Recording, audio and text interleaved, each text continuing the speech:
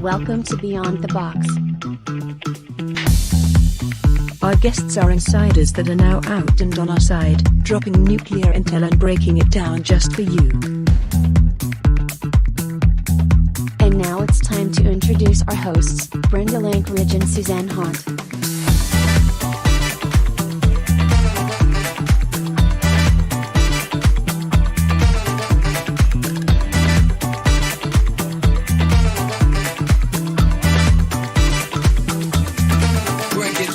Join us and subscribe for weekly shows. Beyond the Box begins now. Let's jump in.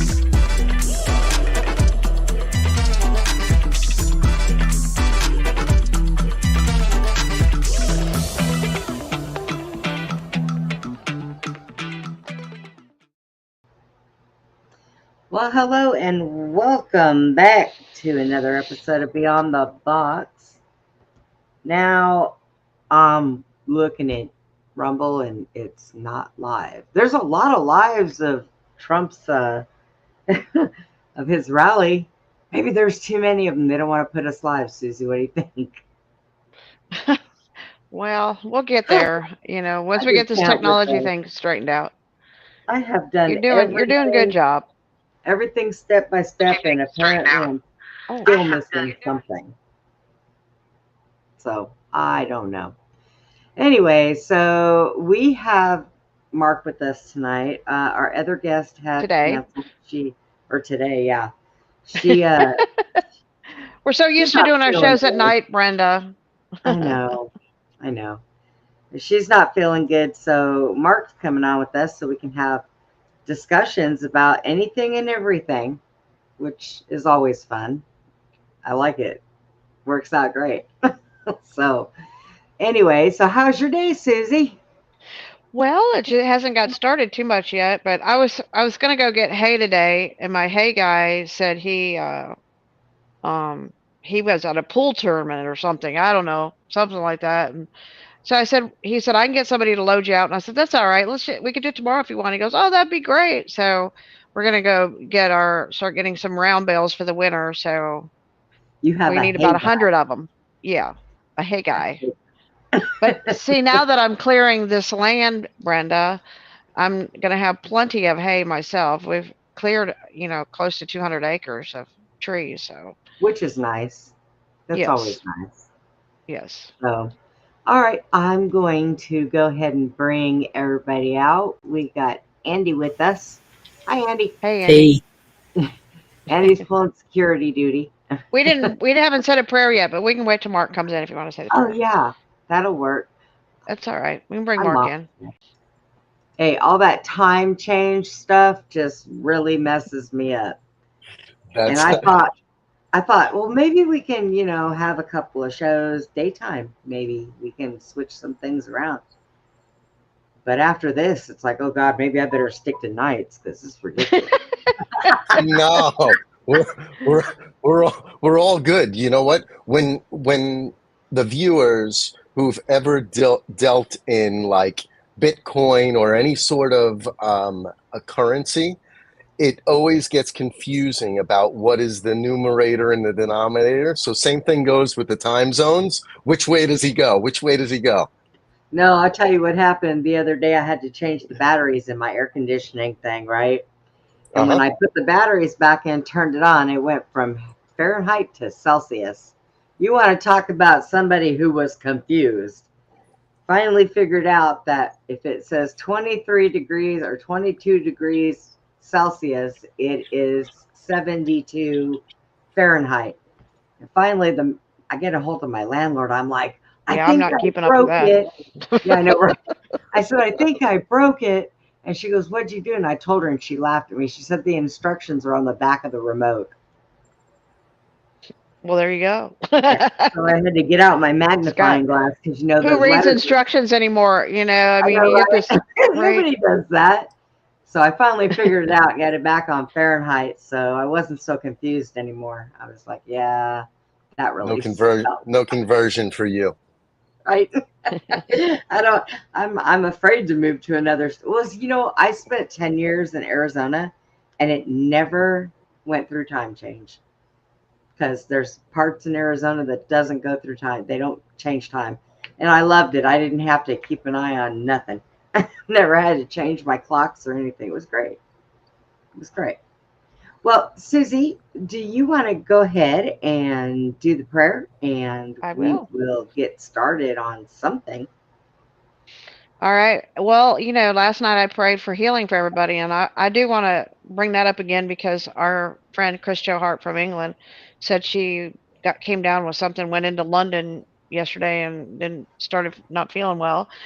And Penny Bradley was saying that she's been ill, and then one of our listeners, Brett, was saying his wife has pneumonia.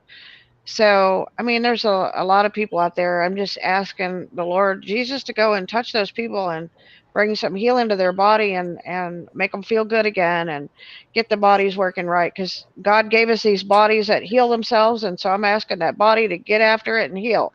And I'm grateful for Marc for coming on today, and I thank the Lord Jesus for that, and I thank the Lord Jesus for everything, for every day. So, and may God bless each and every one of us. And with that, I turn the show over to Marc in Jesus' name. Amen. Amen. Amen. I love it. I've been on my show, and thanks, guys, for inviting me. At the last minute here, I know you had a switch of things, and we had a mess up on the time, but it all works out. You know, Yeah, thank Jesus you for comes Yes, coming and he on does the last best. minute. No so glad to worries. have you. Yeah. Yeah, Um, it's getting crazier and crazier every day, and it's like it's so sort of easy to come up with topics as to what's going on because there's so much going on. I mean, you could just look at Trump alone, and there's a gazillion things just around him, right? Um, which like for me, right? That part of what's going on plays. I mean, yes, it's a good part of the theme of what's happening, but there is a greater thing going on here that is being delivered through Trump. I think I'm still at the point where there's one man that I believe in who's a human, right? Like I believe in you guys, but I believe as far as anyone who has any control of what's going on here. I'm still holding on to the factor that he hasn't sold out like everyone else has, but everyone else has sold out, you know? And so it yeah, becomes very Right. easy to find stuff to talk about that's away from Trump because as we all are engaging online, you're finding these different characters who are operatives. And that's how I actually came on the show because I had a show on my channel last night, but I hung out with the wife. We watched a movie, and Sean did a show with the person he's competing against, Frank, and they did it alone. But after they were done, I was up and I saw you were live on your show, and I came on. And this is how I got here: is that I'm sitting there watching your show. I say hi in the chat. I take a look at what's going on in your chat and I'm listening. This is the first time I'm hearing the guy who you had on last night. I don't know him at all, right? But obviously you're bringing him on so he could tell his story, whether he's real or not. It doesn't, that's beyond, besides the point, right? right. But what Right. was going on in your chat was a blistering of 4 or 5 people who were there purposefully to mess him up. Yep. That's And why There this was is not, actually about 100 yeah, of them, and they're actually, oh, Marc. There was a there was hundred of them. 118 people last night watching the show in between being in the chat and yeah, and that's not the first time that happened with him. It doesn't happen with anybody else. But boy oh boy, with him it sure does. He's very But targeted, like yeah. yeah, crazy weird. So but the thing of it is last night we had him turn his chat off. so he couldn't see what was going on. Because the first time he had it on, and boy, I'll tell you what, it was explosive. But we had him It's a turn his side off distraction. last night. Yeah, That's what the point of the operation is right. to not allow him to look sane in saying what he's saying. And now I want you to understand, so many of these people that we all know have been driven semi-insane from what the government is and these outlier people have done to their lives, Yeah. right? Some of us, these people have learned to stay away from because we know we can spot their every move. Right. So they learn to stay away from us because they know that if they engage us, and this just went on with me in the last week with, probably the first topic I'll speak on tonight is there is this guy on Truth Social and X that goes by Boba Fett, and he's what they call a groper. And I don't know if you guys know what a groper. No. Groiper is. It's a groiper, not a groper, but a groiper, and it's Groyper. I have no idea. Okay.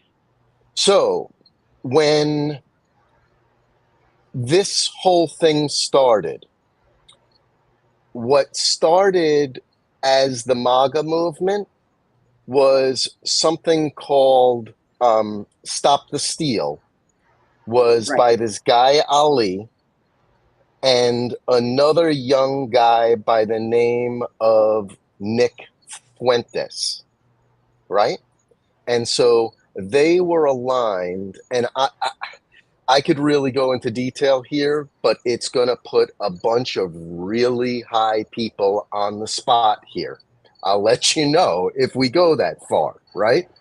And so what happens is these people ran an operation, whether they knew it at the time or not, is still questionable to me. But now they've been elevated to the level of cult-like following. So this guy, Nick Fuentes, is the leader of these people that call themselves the Groypers. You know how everybody has so we had the 3 stars, we had the mushrooms, we had the snow, I could just keep going through all these different groups who were all infiltrated, and all of them were partially good people, but they all got infiltrated, including my own group, right?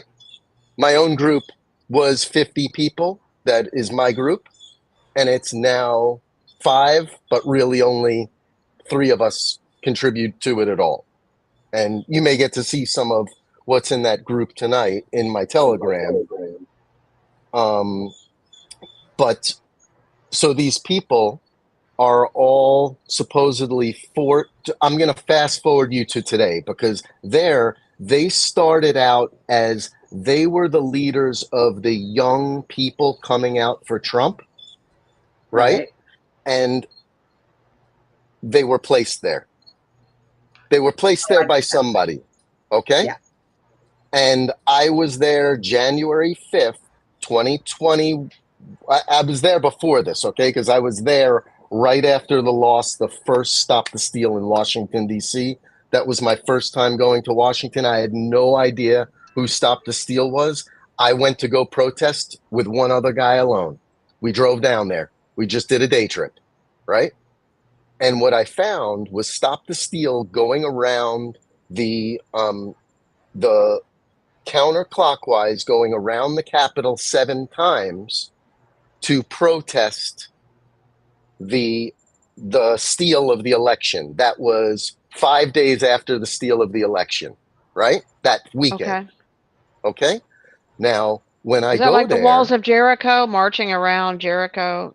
Okay. I guess, but in the Bible where I think they went around 7 times, right? Was it counterclockwise though? I don't think so. I think that's a inversion, if I'm not mistaken.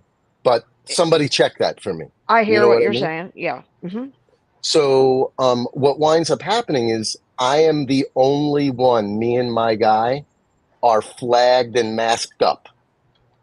And so we're the only ones who are aware of what's going on in America because we were doing it all through the summer. We were going around to these rallies and defending Americans at rallies. That's what we were doing, right? And so what winds up happening is after the steal, we go there not knowing that they're going to be there. We find about 250 people going around the thing. We join them. You know, of course, they loved us. We took pictures with them and everything. We're telling them as we're going around, those are brown shirts right there. Hide your faces. They're taking pictures of you. They're doxing you. Stop. Oh, Cover up. Now, there were all different kinds of people there. They were all normies, but they were patriots, right? Real patriots. There were whole groups of Korean expatriates that have become Americans that they were essentially crying walking around. They were amazing, right? So all kinds of people. But what I didn't realize at the time was what I'll show you in the future. Well, let me get to this real quick because it's an important part of the whole story. Is we went around 3 times and we decided not to walk anymore. My guy that I was with was a diabetic and he wasn't going to make all that walking. So we went and we headed to the Washington Monument where everybody was supposed to meet up, right? All the patriots were going to meet up there at the base of the Washington Monument. And when we walked down there, I met a guy. So I'm not going to say his name because I'm not going to, it's going to get you Okay. blocked. You if could I give say it. You could give him a nickname or something. You know. oh, his I name's just met a guy. his name's Paul. Okay, we'll start there. Okay. And I met him, his wife, and his child. And as we're walking, because we were making fun of these people who were mocking us, right? And I noticed that he recognized the brown shirts as well. So we really teamed up. And as we're walking down there, we're getting to know one another. We get to the base of the hill, and the hill is loaded with people, but there's a bunch of people on the top, and then people scattered getting thicker and thicker all the way to the top. And we get to the bottom with our flags massed up, and all of a sudden, his family splits off from the 2 of us around the back, flanking it, because he notices something going on. And all of a sudden, the crowd splits from the bottom of the hill right to the base of the monument, about maybe 15, 20 feet wide, where before there were all people. And Yeah. the patriots at the top were yelling at us, come on, come on, come on. So we look at each other and we just walk up, and they're all screaming and yelling at us, and we're just like not paying any attention to it. Like, you know, they're being threatening, but we're like, whatever. And we Right. walk up through the whole thing. We get up there, and to make a longer story short, the police were allowing the people to face off up there and scream in each other's faces. But on video, while I'm being interviewed, the patriots pointed out that somebody the night before brought bricks up there to beat us with. Oh, wow. Oh. And got the police to remove them, and it was on the video while I was being interviewed. Now, Wow. fast forward to now, right? Mhm. That video, of which I shared many times, was a young reporter, but alt reporter, and it's the something report. The Mark, I'd hate to interrupt you, but I Yeah. need to interrupt you. Yeah, sure. I just want to ask you a question. Do you remember when we were having all the riots and they were videos of the trucks pulling up with the big stacks of bricks, and that they were used for the left to smash in the buildings, and they were putting bricks out for Yes. them to destroy business. Okay, I just want to throw that Yes. out there. And that went on all through the summer of love, as they called it. It is what brought me out. And, for those of you who don't know, and Andy, you don't know, I don't think, but this is how it goes, is I used to be what I call a 40-year transcendentalist that was born Jewish into a Jewish family that practiced, but was never religious. It was more of a custom thing, in Queens, right? Right. And, Right. um, you know, as a late teen throughout my life, I called myself a transcendentalist, but I believed in a God, but really nothing sort of more than that. I thought it was all sort of everybody just fighting. My grandfather, in fact, told me that, the cause of every war that ever happened was because of religion. That was his feeling before he passed, right? Right. So I wound up, because of all of this, what I'm about to tell you, becoming a Christian. And it happened literally like that. And Wow. um, it happened to be the week after January 6th, 2021, after I was at January 6th, of course. But the week before, I was somehow led to read um, first, Genesis, and then I followed by Enoch 1. And when I read Enoch 1, I think because of everything that happened that I'm about to tell you as well, I had a vision that I recognized what he was speaking of as the throne of Jesus and the Garden of Eden. And in doing so, that led to America. And once I had that seed planted in me, after what happened at January 6th, the week after, I decided to just go listen to either a temple or a church, anyone, right? And probably go to a few.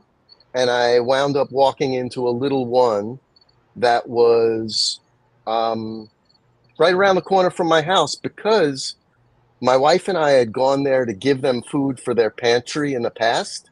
And we always wound up leaving with more food than we gave them. And so we were like, these are good people. They're like out here for the right reason. And so I said, why not go in there? And I went in there, and it was like instantaneous. I Wow. won't go into the whole thing other than right now, other than to say that it was a miracle. And I went back to my wife and I told her, I said, would you come with me next week? And she came. Now, she was a Catholic that hadn't practiced since she's a kid. And, her grandmother her nanny was would go every day. She'd walk around the corner to St. Mary's, every single day. Right. and in Bensonhurst. And so, the point of it is the same exact thing happened to her that next week. And ever since Wow. we've been committed, that's where we are on the whole thing. I've committed that I'm willing to listen to everybody and everybody's thoughts on topics.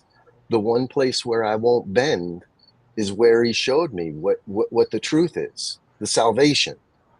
You know what I mean? Yeah. And so that's the base of where I'm coming to you with the story, of what happened.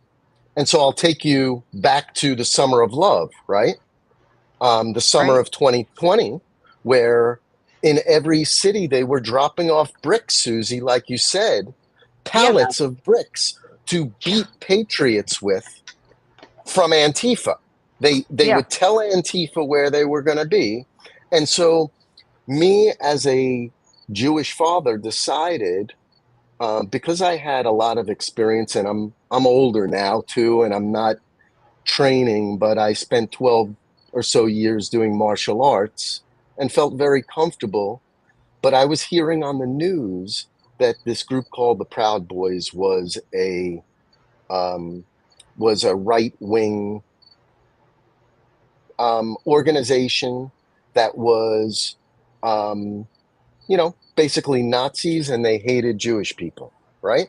And they hated black Wow. people, and they hated Mexican people, and they hated Spanish people, whoever. They just hate everybody but white, But them. Anglo-Saxon, right? But their little And gang, so yeah. I'm watching and I'm going, this just doesn't seem right to me. I can't believe what they're saying, that the only people who are defending against the people who are destroying our cities are anti-Semites. I'm not going to believe it, right? So Right. for my family, I decided to go out and investigate it. And I went online, and like I do with my research, and I looked up the Proud Boys, and I did a whole investigation into them, found out all about their history, and then I reached out via their email on their website. They told me somebody from New Jersey was going to call me, and he wound up being the president of the Proud Boys, New Jersey. But there was a Oh, bigger wow. story. But there was a bigger story than that. I'm not going to get there yet, but what he said to me was, we're having a get together in South Amboy in New Jersey tomorrow night. Would you like to come and meet us? I said, sure. So I went there, and all of this is filmed, by the way. It all exists. And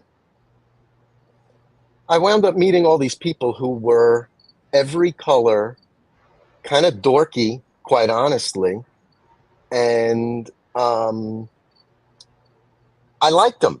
They would have a few drinks, they smoked some pot, and they weren't bad blue collar guys. Quite honestly, I'm white collar, they're blue collar. I enjoyed them, right?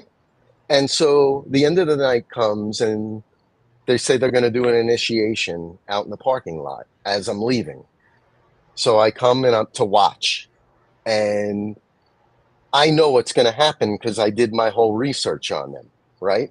So I Right. knew exactly what it was. And about a dozen people initiated, or maybe 10.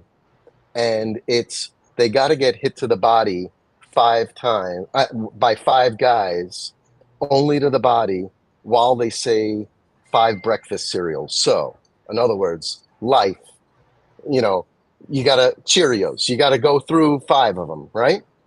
And while they're hitting you. And so everybody went, and it gets to the end, and they say, do you want to go? Now, everybody was like scared and going as quick as possible when they did it. One guy didn't do that, and he did it, kind of casually. And so they asked me if I wanted to, and I said, well, I guess it doesn't, in my head, I said, it doesn't really mean anything, right? And so I said, okay, I'll do it, because I'm used to getting hit. And I say I'm going to play a joke on them, but they don't know this. And so I throw my hands up in the air when they say go, and I don't say anything. And there's 5 guys pounding around me. And so they start going harder and harder, but they're getting tired. And so they start dropping out. And there's one guy left. And so I start saying them out while he's trying to hit me as hard as he can, but almost about to fall on the ground. And they all die laughing. And it set up a different environment where they knew that I was a different kind of a breed. And I'm not saying that to pump me, because I'm like out of shape and older now. I'm skinny now, but I'm like not going to the gym. And so it put me in a position with the president. He immediately said, he goes, rules are changed forever because of my name was Brockett there. They know me as Brockett. The FBI knows me as Brockett. That's who I am to all these people. I'm not. I'm chosen. I'm Mark.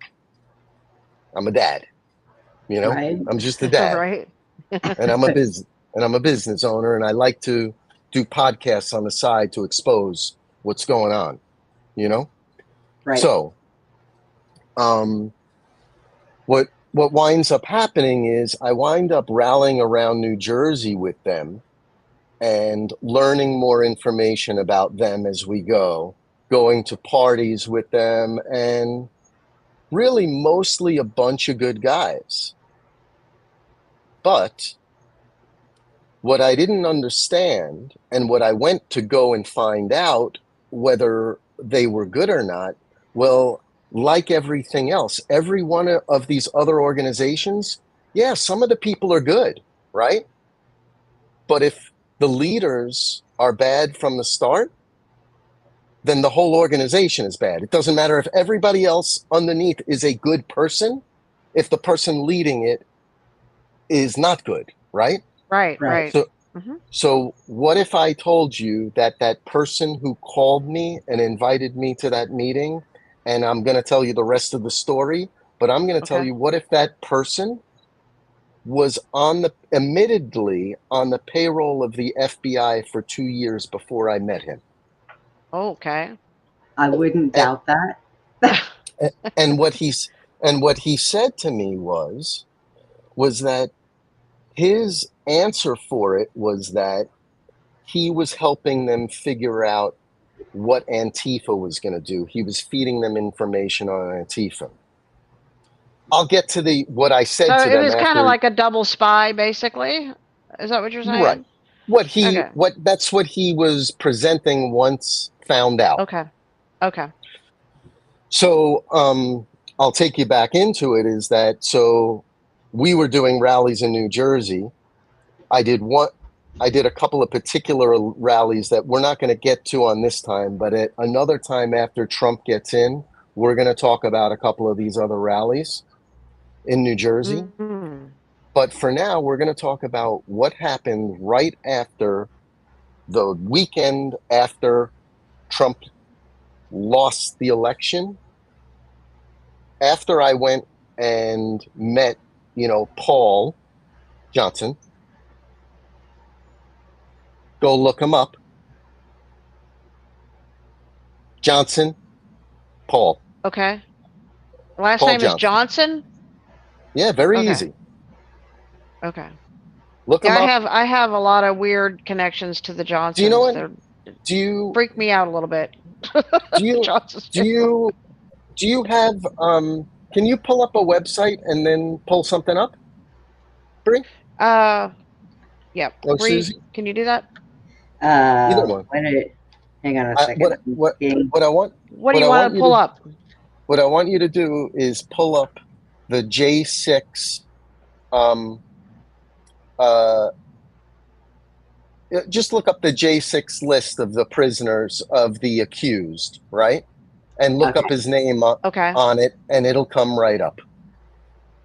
All right. Oh, okay. Paul And then Johnson. I want you to show it. I'll keep going on what this story And I is. believe that Jericho, just to throw this out there, I think the Jericho walk was once for 7 days, I believe. They were told. It wasn't all in one day like you were talking about, which would be pretty exhausting to try to walk around something 7 times in one day. You know, I think it Yeah, was a 7 day deal. I think it was to build I their faith. But I think, yeah. I would bet they would have done it clockwise. Would be my guess. I don't know, Yeah. but Gotcha. so anyway. Because So I what think winds up? in magic they do things. Good magic is forward. I think in the bad magic they do things backwards or something.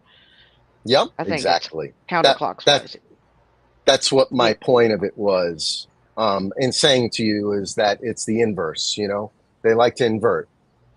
So what winds up happening Yeah. is all these people at the top of the Washington Monument the weekend after the election were facing off and the police were allowing it. And then the bricks were pointed out. We had Antifa flanking us. Finally, I said to the guy I was there with, I said, it was about 6:30. I said, we got to go. It's going to get dangerous here, specifically for us because we're set up to be attacked, right? We're looking like the ones you're going to attack first if you attack anybody. So what we wind up leaving, but what winds up happening that night was that a person got shot out in front of the White House that night. And there were a bunch of people who were attacked. Bree, can you still hear me, right? Yes, I'm looking him up right now. I've got a list and it's kind of long. Yeah. Yeah, but if you go down, it should be in alphabetical order. This one's mixed up. Oh, no. I should find the website and give it to you. Okay. Look for, just look it up again and go to one, because there's a specific one that cites them all, and you can go in and you can see, you click into them and see where they are in their battle. Okay. But anyway, I've got this one that says full list of Capitol rioters jailed so far and the sentence. Yeah, so do is his middle name Russell? Paul Russell Johnson? That's the one. Send it to me, Susie, by all right. Yeah. message. Okay, I'll send it to you right now. Hold on. Okay. All so right, what I want all kinds of ones. This is possibly going to get blocked off. Okay. So just be prepared for that. You hear that, Norma? You hear that, you guys?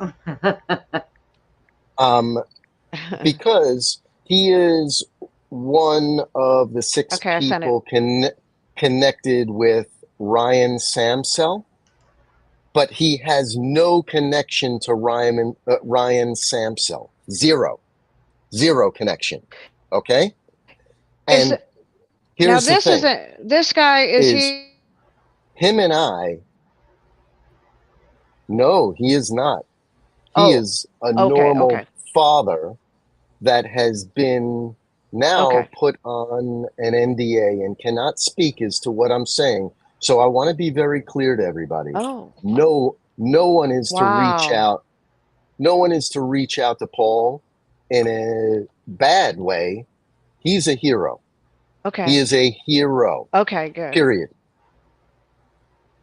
I'm going to take you to the people who are not the heroes. Correct. This is Paul.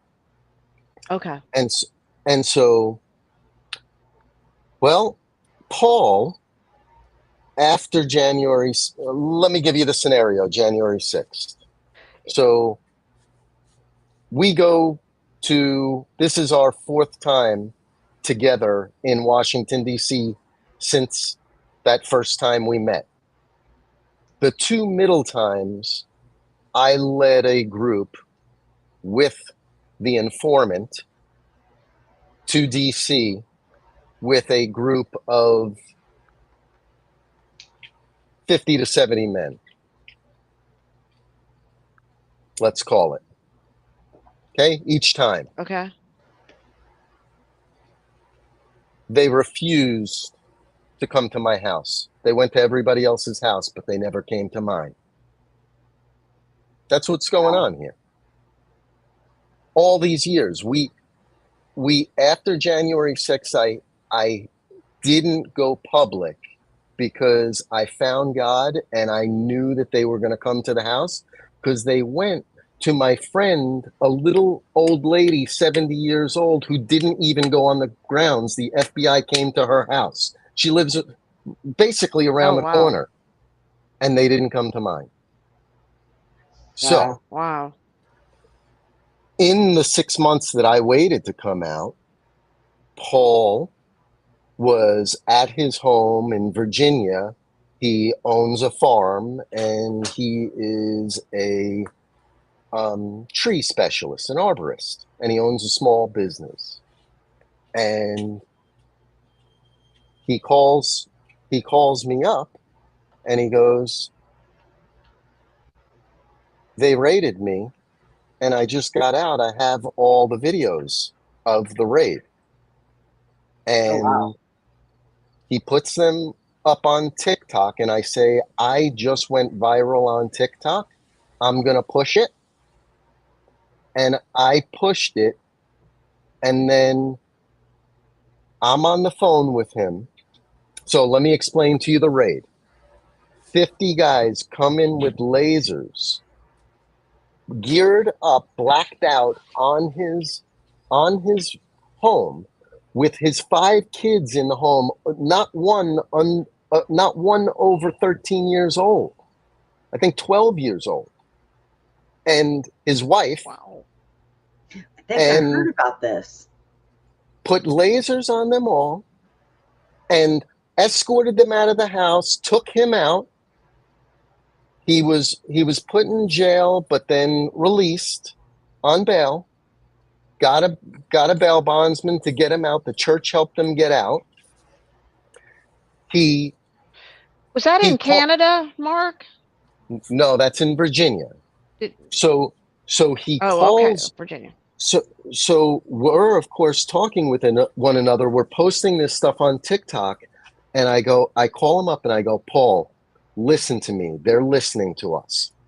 I want anyone who's listening to this to understand, if you don't let Paul off of house arrest and take the thing off of his ankle, I'm letting you know I'm showing up at the next thing. I'm driving down to Virginia and I'm going to show up and this is going to bust wide open. And in 3 days, he was off house arrest. His ankle bracelet came off. He didn't call me when that happened. I called him. He told me it happened. And I'm like, you understand why that happened, right? He was like, no, man, it was just, okay. Well, over the course of the next 6 months, he slowly backed away from me. And after 6 months, I go to him, and this is about, I'm going to say September of 2001. I say to him, Paul, he wasn't answering his phone. He answers it. I go, Paul, I'm going to ask you one question. Answer it, and then I'm going to ask you no more. Are you on an NDA? Yes. Say no more. I know what's going on. I got you. You got me in the end. I'll see you there. That's where we're at. Yeah. That's where we're at. His trial is not over yet. Why? If he was with Ryan Samsel and they hurt a police officer, why are other people in jail and he's not? It's not true, because none of it's true. Right. So that's how heavy all of this is. The 3 of you are, quite honestly, the first other show to accept that fact on their show. Letting this out. Not one other show has done this besides my own.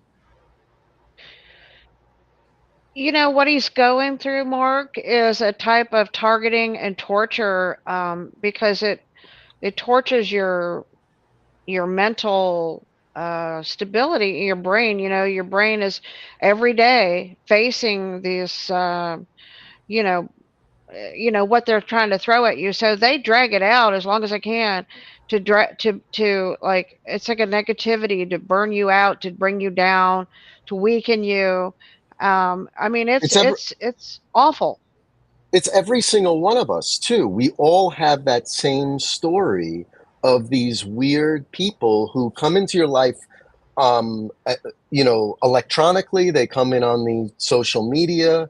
They come into these lives on these things, and then in person too. Bree, you've had it, yep. Right? Yep. We've all had it. Andy, did you have it as well? Did anybody come into your life, Andy? And Andy's muted. Andy. He's frozen, it looks like. Yeah. He's frozen. Okay. Yeah. So,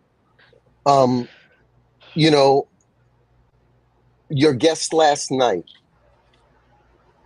the reason why I came on tonight and the reason why you invited me on tonight was because you saw I realized what was going on in your chat, because I created a room of safety a safety place, just like the liberals. I created a safe zone on Telegram called Down the Road Past the Tree, where I only invited people in who had the power, what I call the power. And that is, I call it the power of triangulation. I believe it's of God. You know what I mean? But I use the words power of triangulation so it doesn't offend the people who aren't there yet. Because for me, my goal is to bring people to Jesus. I mean, I'm lucky enough that I was doing something that made him show himself to me after 50 years. At exactly 50 years old, the week after January 6th, I turned to Christ. I mean, this is incredible. Like, just that alone is an incredible story. It really is. It is really something, Mark. Yeah. So, so now here's what happens. So November, after the election, that first time I went alone with the one guy, came back. I told everybody what we found down there.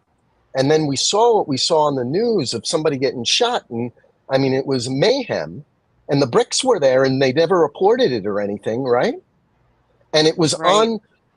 on video. I could find it for 6 months online, but it's gone now. The feds went and they found it and they took it down. Yeah. The proof is gone. And so, I mean, they think it's gone. So I come back and I'm with a group of people who are all fighting the fight, the Proud Boys here in New Jersey, and we're doing these things here in New Jersey, but now our focus is going to Washington. And so in November, we go again, right? We go with about 50 people in November. And then in December, we go with like 70 people. Now, here's the thing, is I noticed in the first time we went together, one of the leaders got stabbed. Not of my group, Oh my God. but they got stabbed in the hotel I was in. I was in there 15 minutes before. So Antifa bum rushed a place with 1,000 Proud Boys in it. And you're telling me that they knew exactly when to come in and stab Beard, whatever his name is, Beard something, Wow. right? Well, Was that he okay? Yep. But that Okay. made me, the next time I went with them in December, and I led the group from New Jersey, Pennsylvania, and Ohio, because the guy I'm about to name, he became the leader of those 3 zones de facto because of what happened in New York years before with the 2 kids from New Jersey who wound up beating up a few Antifa kids and going to jail for 4 years because of it. Yeah. So the feds use that as an opportunity to capture the person I'm about to tell you about, to make him the leader, make him think he was doing something good for America. I really believe that he thought he was doing something good, but he was caught up. He was a drug user, and he was caught up. They had him. They had him every which way. You know, he was at their bidding. And so what happens is the first time I go with this group, I felt like we were being led around the city. We were separated from the main group of Proud Boys. So we were a group of, call it 50 to 70. And there were 1,000, 1,200 Proud Boys there. We Wow. kept ourselves separate with a couple of other groups. So maybe at most we were 120 guys, right? And I noticed it in the Wow. beginning on that trip. Well, the second trip back, I was the bodyguard for the president who is the informant. And Okay. the other one, as well as this other kid, they were scouting. They were out in front of the crew, and we were walking like an army through the streets, letting them know that we were here to keep the streets safe, right? Well, Right. I noticed, it was very obvious that the police were guiding us around the city. The DC police were guiding us around the city. Oh, and I meant to say, I stayed at a separate hotel than them this time because I didn't want to be anywhere near people who were getting stabbed, right? Right. So I stayed at a different hotel on purpose. I don't blame you. Time two. That was smart.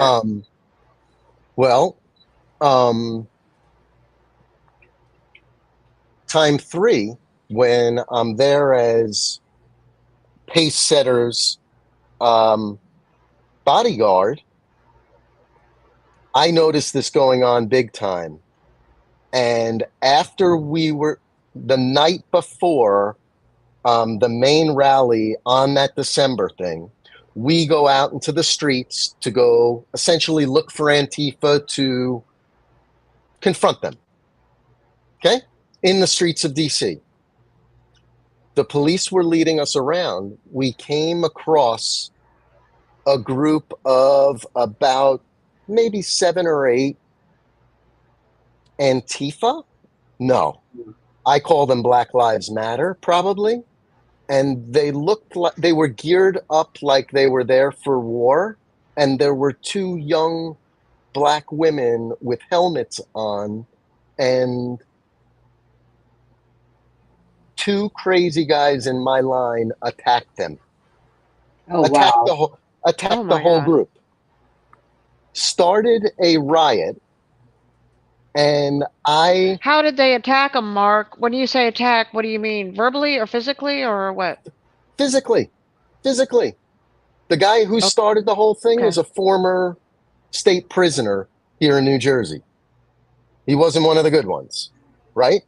He was there to cause trouble.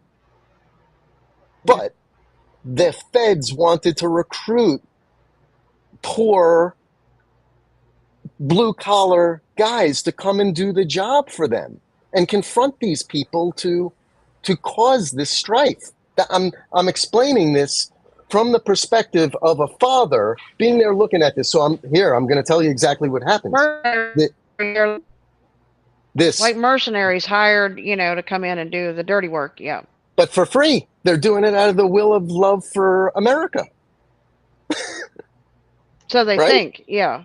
Yeah, so they think. So here's what happens is I'm 5'10", probably closer to 5'9" now that I'm older. And a 6'1", maybe he was a 19-year-old kid, skinny but taller than me, comes and faces up to me while a riot is going on. And I look at him and I go, there's a cop right next to him. I look at the cop and I go, you stop him right now because I'm going to fuck him up. And the cop looks at me, looks at him, and starts walking over towards him. And the kid is like shaking like this. And I looked at him and I said, don't even think about it. I am not here to hurt you. I don't hate black people. I'm here to save America. So back down because I am going to fuck you up. And excuse my language, but that's what I said, right?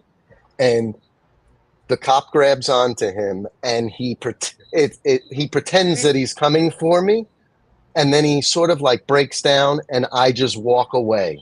And I got the heck out of there. And that was the moment I knew that we were set up.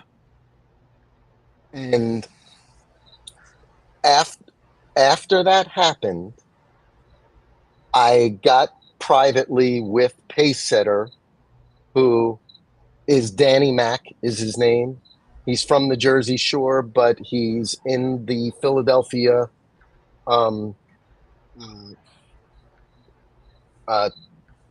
welders union, the welders union. And so I confronted him and I said, this didn't happen naturally. They were guiding us around. Tell me what's going on.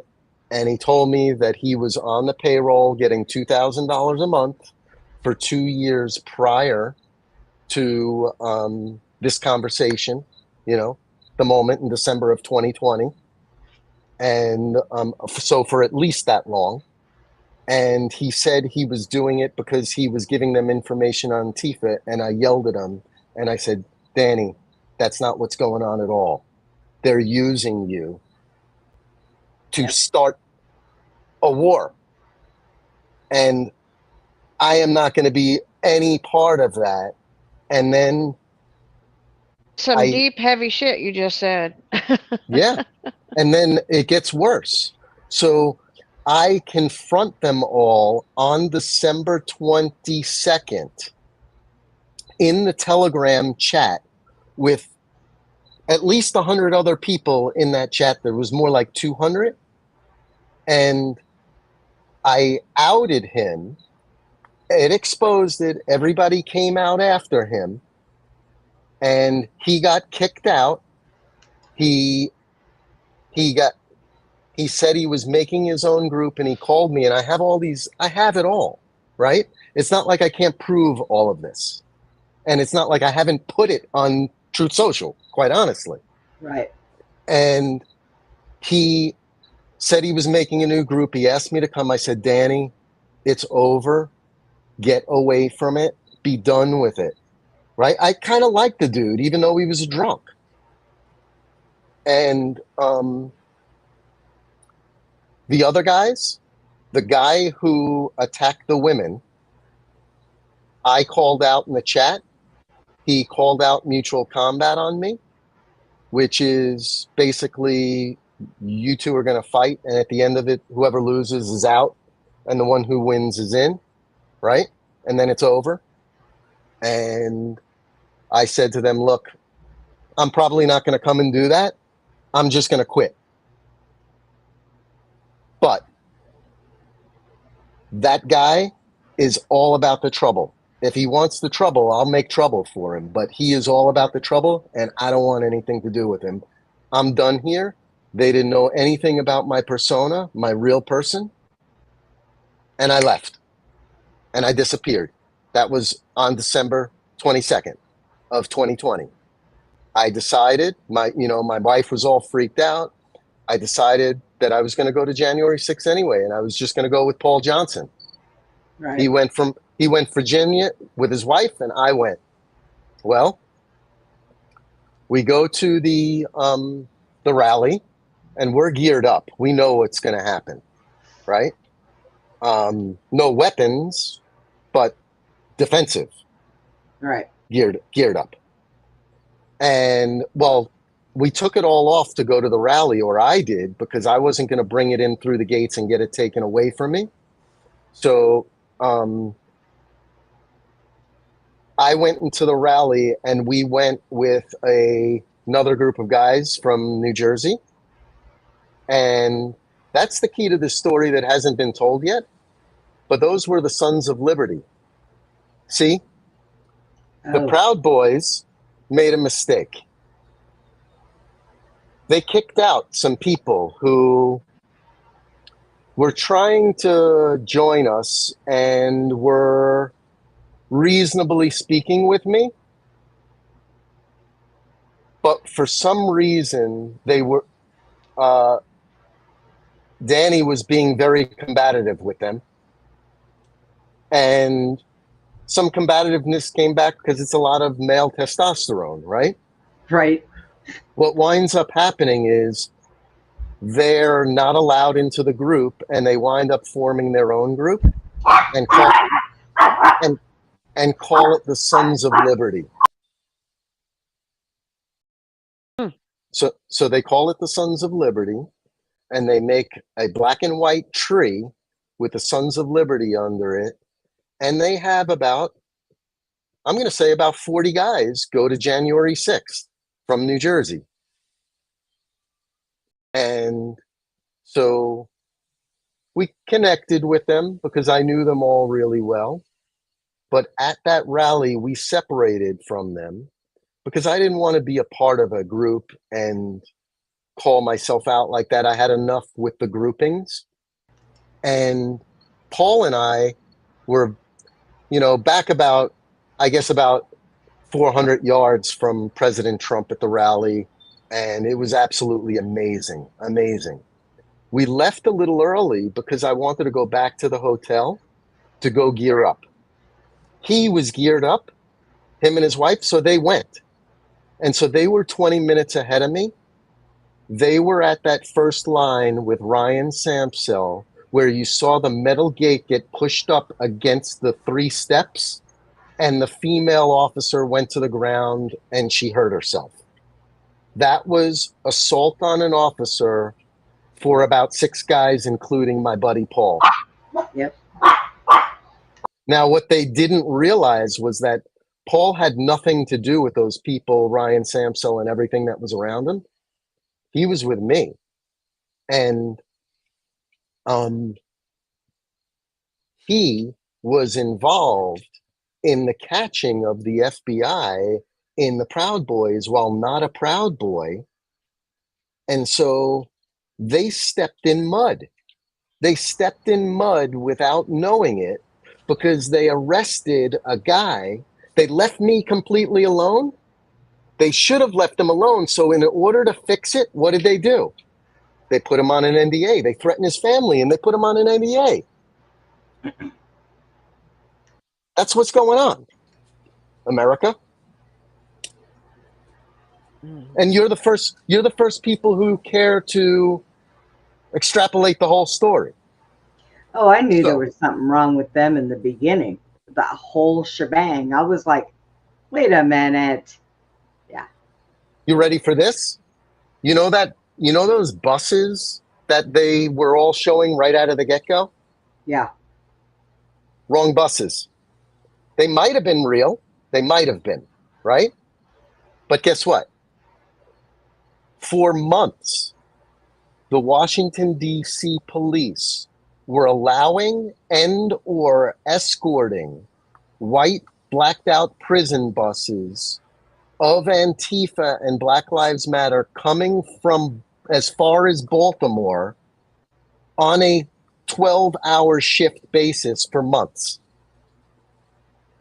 I recorded the bus being unloaded with the police surrounding them. I don't have the police on it. I have audio of me warning everybody that that's Antifa getting out of the bus. And it briefly shows the bus. And then you hear me warning everybody, Antifa, Antifa, Antifa. And that is literally 800 yards from the White House and right by BLM Plaza in Washington, D.C. that they set up like 2 years before. So the anarchists get to have a plaza in our capital prior to January 6th, for 2 years prior to January 6th. And you're telling me that's not a setup? Come on, people. Right? Mark, I think a lot of these are the MK Ultra people that are, certain families that are brought into these movements and then they're, given agendas, programs, what to do, triggers, code words, directions. And I think it's just all part of that program, All about the money with lots of them. money to do it. You know that 6'8" or so huge, like probably 350-pound black DC police officer who was with Pelosi? Yes. On January 6th. Yep. He is actually running for Congress in Maryland. Yes. Oh. Running for Congress in Maryland. This is what we're up against. Yeah. So we don't stop these people here. It is just The whole entire government needs to be, like I've Oh, said oh, before, kicked out on the street and tell them they're all fired.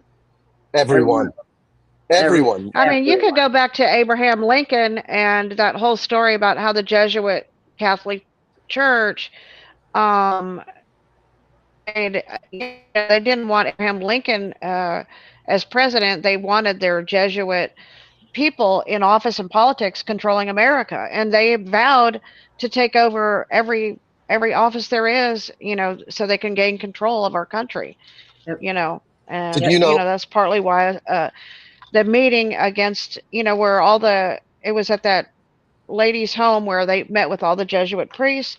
They met with a bunch of people that were involved in. Back then, it was even MK Ultra because they were programming the people to say you're going to go to heaven if you do this and you do that, and so um, Oh man, we're getting buffered. I mean, yeah. You were you know, breaking up a little bit, Susie. I mean, Are you guys getting you rain, Susie? say certain things, when So Norm, people can I don't say want to something be to Norma? triggered to the truth. Yeah, yeah. Go Yeah. I ahead, want Mark. I want to say some put up what Norma just said right there again, and then go back to the other one. Is so Norma said Bank of America ratted all customers who use their cards in the area. Where's the privacy? Correct. So here's the thing, Norma. You want to know what's crazy? Is I used all Bank of America card 4 times in DC. They're all over me, and yet they didn't come to my house. The guy who is telling you that he was the bodyguard for the president of the Proud Boys of New Jersey, right? They didn't come to my house, and they went to everybody else's house. Guess what happened to the vice president of the Proud Boys of New Jersey? What? He pled guilty, and he took a few years. He's in jail right now, I believe. His name is Sean Price. Look him up. January 6th. Yep. Sean Price. And that's S.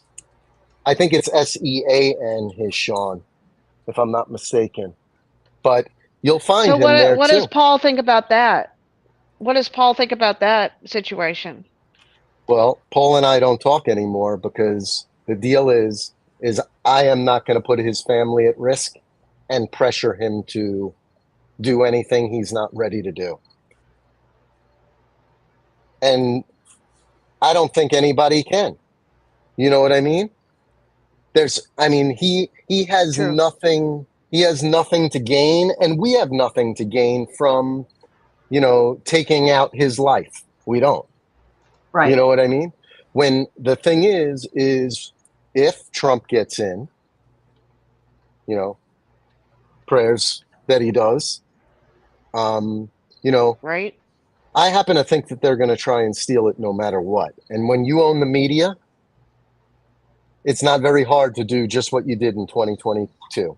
In 2020 or in 2022, quite honestly. It's very easy to manipulate a situation when you can make the media say he lost over and over again, and everybody just goes out that evening thinking that he lost. It doesn't matter what the count winds up coming out 7 days later. They're going to prove it otherwise and match it with the media. What are you talking about? The first night, it was known that he lost, and now the math shows it, right? It's the same thing that happened. It's no different, and I hate to burst everybody's bubble, but if the plan is to have the election and not immediately say, hey, gotcha, well, then the white hat plan is what? I mean, I don't understand how you're going to stop more people from getting hurt and passing away or not coming to God, right? Like, let's presume the white hats have it, right? We have it all and the military's in control, right? Do you guys think that, Bree? Actually, I do, and I don't. I'm on the fence with it. I really am. But What I, is your I heart tell you? honestly, I'm thinking what my heart tells me. Now, what my dreams have told me is Trump is going to win, but not in the regular election. I think that they're going to pull something to try to not have the election.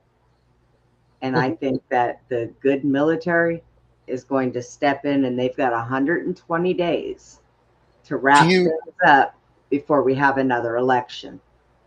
do you think he's actually really been in charge? We've had two governments at the same time, and Well, he has been in charge.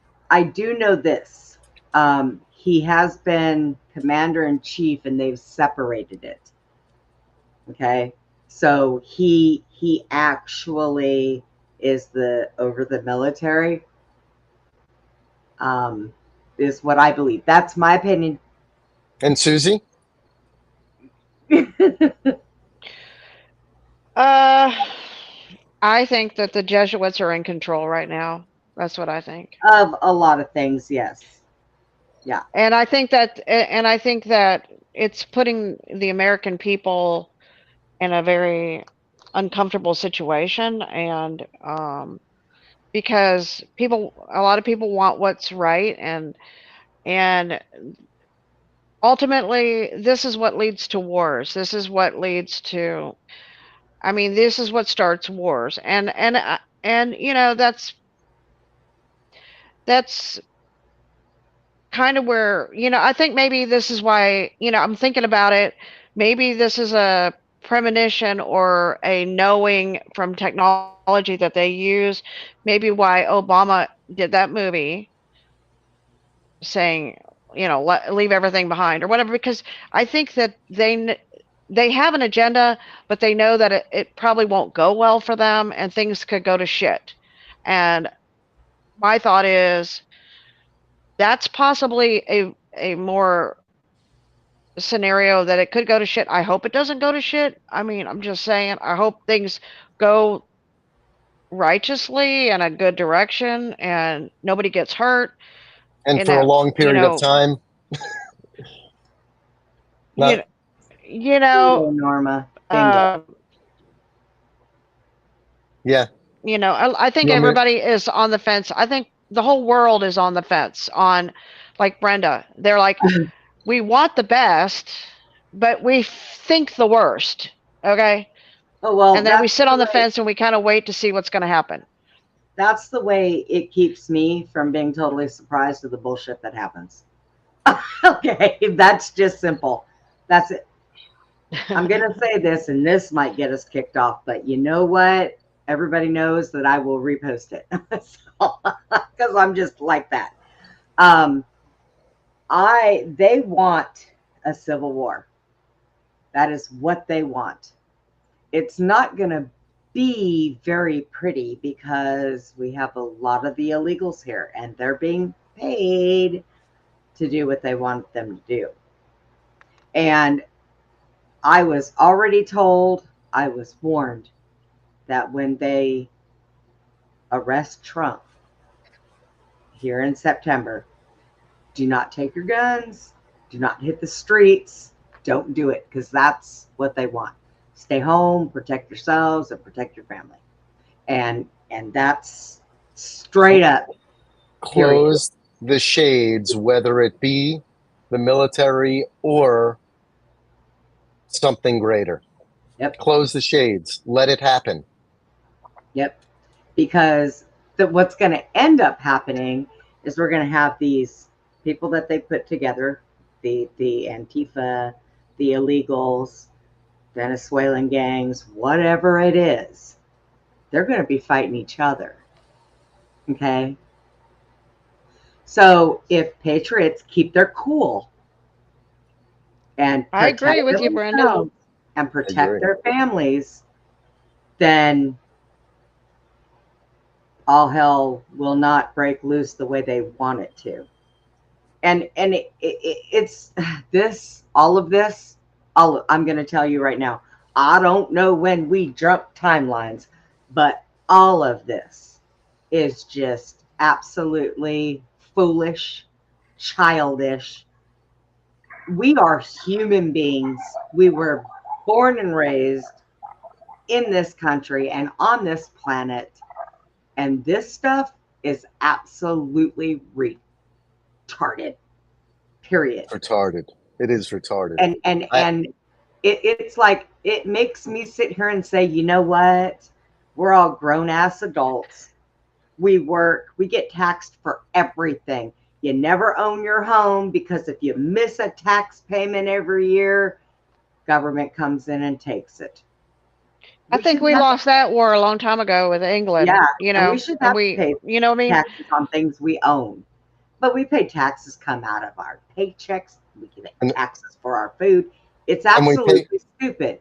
And we pay taxes for schools that we can't send our kids to, or they get indoctrinated and jabbed. Right. And then, so, you know, to me, well, think about it. If the elite, we need to have somebody in charge to help do certain things, but I don't think we need to be governed at all, because our government only worries about themselves, their pockets full of money, and all the dumb things that they can come up with to do. So, Bree, they have. Can I stop you there? They have another agenda. Yeah. Because I have the solution for it. I mean, the two of you know I spent 25 years on Wall Street, winding up that I was an inventor in the algorithmic space. So what I do has to do with data, and I have pattern recognition skills. That's why I became that person, right? Well, when I went to the gala in December for Trump in Manhattan, the letter that I handed him, and I think I read it on your show, right? Didn't I read it on your show, that letter? Yes. Did I? Yes. Yes. The thing that I said to him there is, we're going to fix the voting system. The voting system I have envisioned eliminates all of them, all of the decision makers, every single one of them. We're not voting that way anymore. And so when I approached that with Trump and with what happened with the Secret Service on that day and in the days to follow, me having been what I've been through as an Anon, it makes it really hard to reconcile all of it and say that at what point is Trump letting all of these people in who haven't put in the work? And no matter if he's keeping me safe, right? Maybe he is keeping me safe, right? He's not using me because he's using me without using me, right? Right. And it may all sound like it's very very egotistical, but here's the fact of the matter is, I recorded the FBI setting up January 6th, and I recorded the FBI, the police, the Secret Service, all accepting the proof that I've done it, and nobody doing anything. And so one of two things is happening here. Is either Donald Trump is in control and we have it all, or the other. You know what I mean? And so me... Yeah, the other... Yeah. Mm-hmm. I have to believe, and he's the one person who hasn't done that one thing to go over the line, because some things you have to bend in, and I'll give you an instance. And this is a really hard one, listeners. At that gala, besides everything else that happened, my wife and I, we had a great time there. But the one thing that happened, and that my wife is really good at spotting, is when somebody's lying and she hears everything. And our leader said very specifically on TV that there were 2,500 protesters outside of the event. There were 5, including a transvestite who was yelling at my wife and I as we were walking in the door. And so there weren't even close to 2,500 people in any way, shape, or form outside. And so... Huge exaggeration. It's a huge... It's a huge exaggeration, and we know that he does this, right? And so here's the thing: is he playing for the show, and that is what it is, and we can give him that excuse? Yes, we can. However, we're in the ninth inning. We're coming up on bottom of the ninth. Yeah, and we don't want to go into overtime. if we don't have him close and the military close on it before the election, in my mind, it's a mistake methodically as far as a strategist in saving lives. Yeah. Because I think people are going to go absolutely berserk no matter what happens after the election. Yeah. They're all going to deny it. Whatever side you're on, you're going to deny the other side. Right? Right. And it's what makes it in that somebody's going to be a loser. Yeah.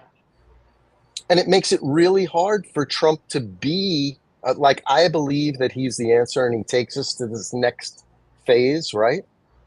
But at some point, we got to get off the, excuse me, the nipple. We're a baby feeding on one person.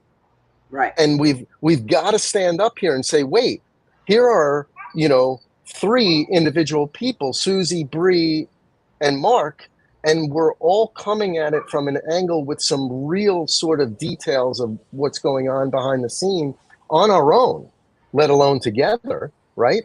Yet who are all the people listening to? They're listening to Charlie Kirk. They're listening to Greg Phillips, who told us all to get off Telegram. You know what I mean? And then when I catch them, they all block me.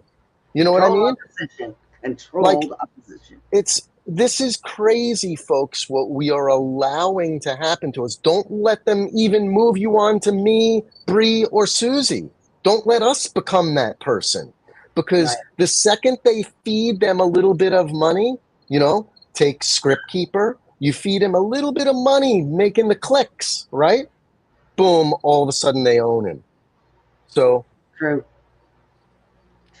So everyone, yeah, go ahead. Sorry.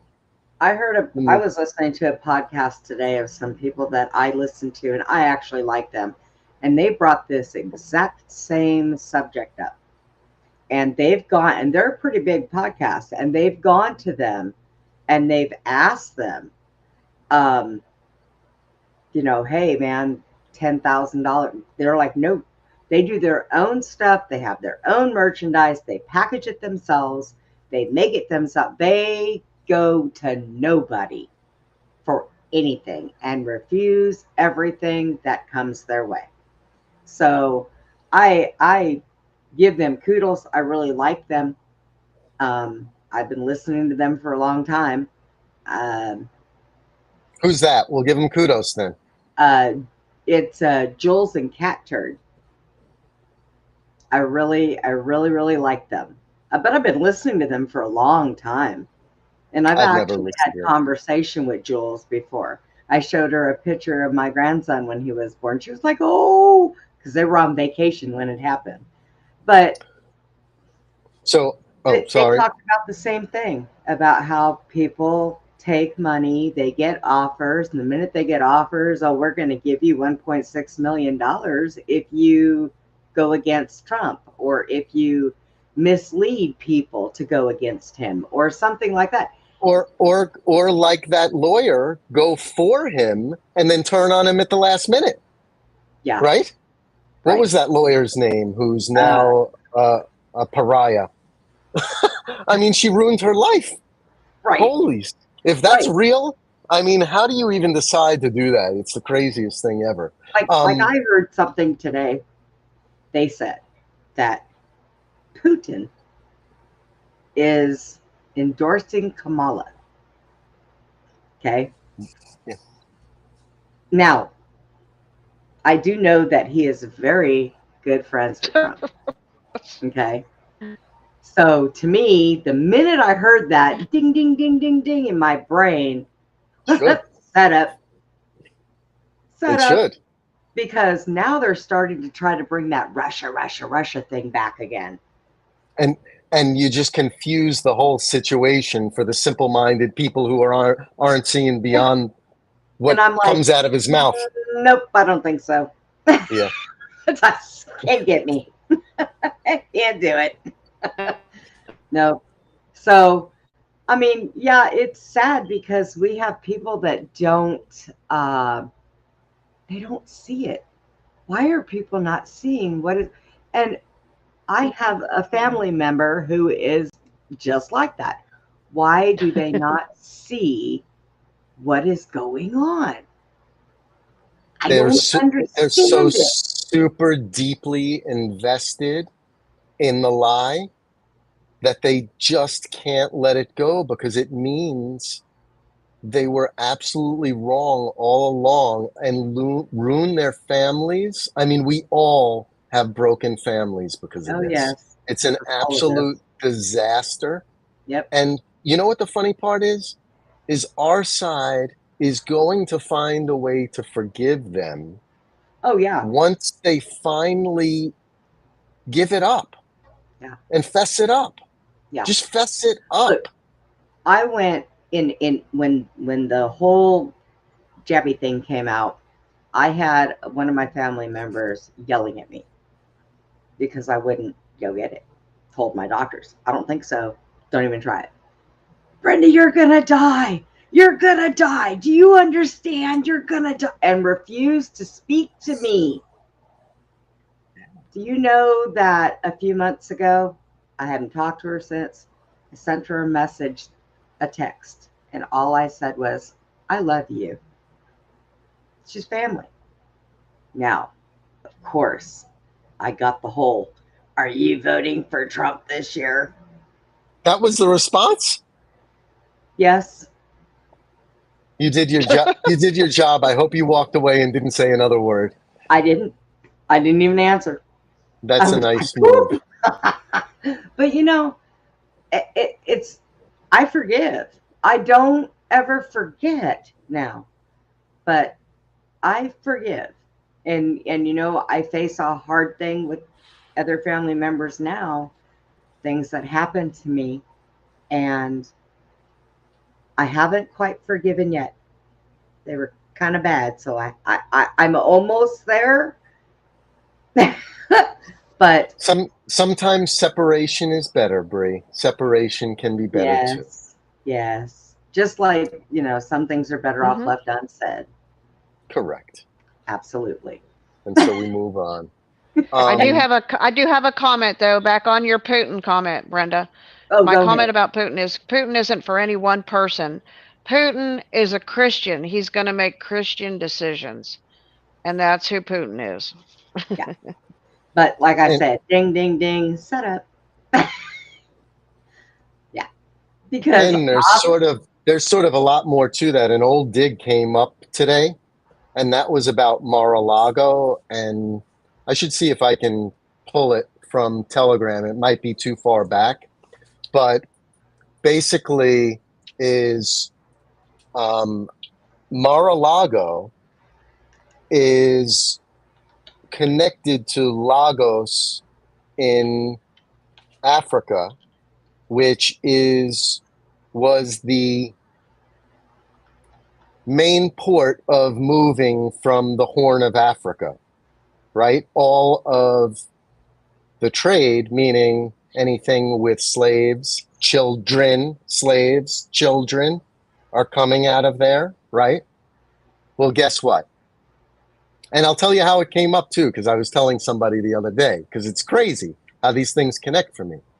But my daughter was at a show on Broadway, a hot one that just came out, and Hillary Clinton was there. This was just like 2 years ago. And so she took pictures with her there, not with her, but with her behind her or right in front of her, because they were sitting right behind them. And we couldn't believe it. Like, here I am. I thought she was dead from everything they were saying on the news. And there's Hillary Clinton, right? Even if it's her clone or whatever it is, right? Right. So I ask people online, who is this person that she's with? And she was with Marjorie Merriweather. And so if you look it up, they were the family that owned Mar-a-Lago before Donald Trump owned it, Ah, the Merriweathers. okay. And they own that land. And the land was also owned by the ambassador to Russia from before World War One. What happens before World War One? And I think it was World War One, right? Tsar Nicholas was run out and killed, or the Bolshevik Revolution, right? Right, Right. right before the Bolshevik Revolution. The guy right before it, the ambassador, Yeah. Huh. also owned Mar-a-Lago, the land. Wow. How are all those things connecting? And now you know that Trump's wife and what her possible connection is here, Right. and that is she may be a descendant of Anastasia, Right. which was the daughter. And I want you all to think about this: is a czar is being run out of his country by an opposing force. He goes and he hides in the Baltics. They find a place for his family to hide. Do you think they don't disappear them even Right. back then? I can tell This is you the I can tell you a little story, Mark, about Anastasia. My realtor uh-huh. back in Bastrop, she's from New Mexico. She was adopted. Her father worked in the government. He went to Russia and got Anastasia and Natasha out of Russia, and one went to Switzerland and the other one came to the United States. Now the Yeah. brother, he said, did die. Okay, and yes, so they were rescued, and they yes. Hmm. So And they have Nicholas family died. and relatives. Yes. Nicholas This died the though. boy died. Yeah, Yeah. I Nicholas. guess I didn't know the boy's No, name. Alex. Okay, I'm but the sorry, two Alexei. sisters, Alexei. the Alexei the was two his name, I sisters think. did I think they've passed away since then, but they have large families and yeah, Does that they were did rescued. you did you ever find the link to um, Trump's wife, Melania? No. Is she related to that royal family? I Okay. believe that she is a Romanov. Would be my guess. But Okay. I mean, I know I that don't. she's Okay. related to some kind of royalty. Yeah, she is. I mean, Yeah. she's Czechoslovakian, but the whole area there was, it's actually we shouldn't get it onto this on this time because I think we've moved in a whole other direction.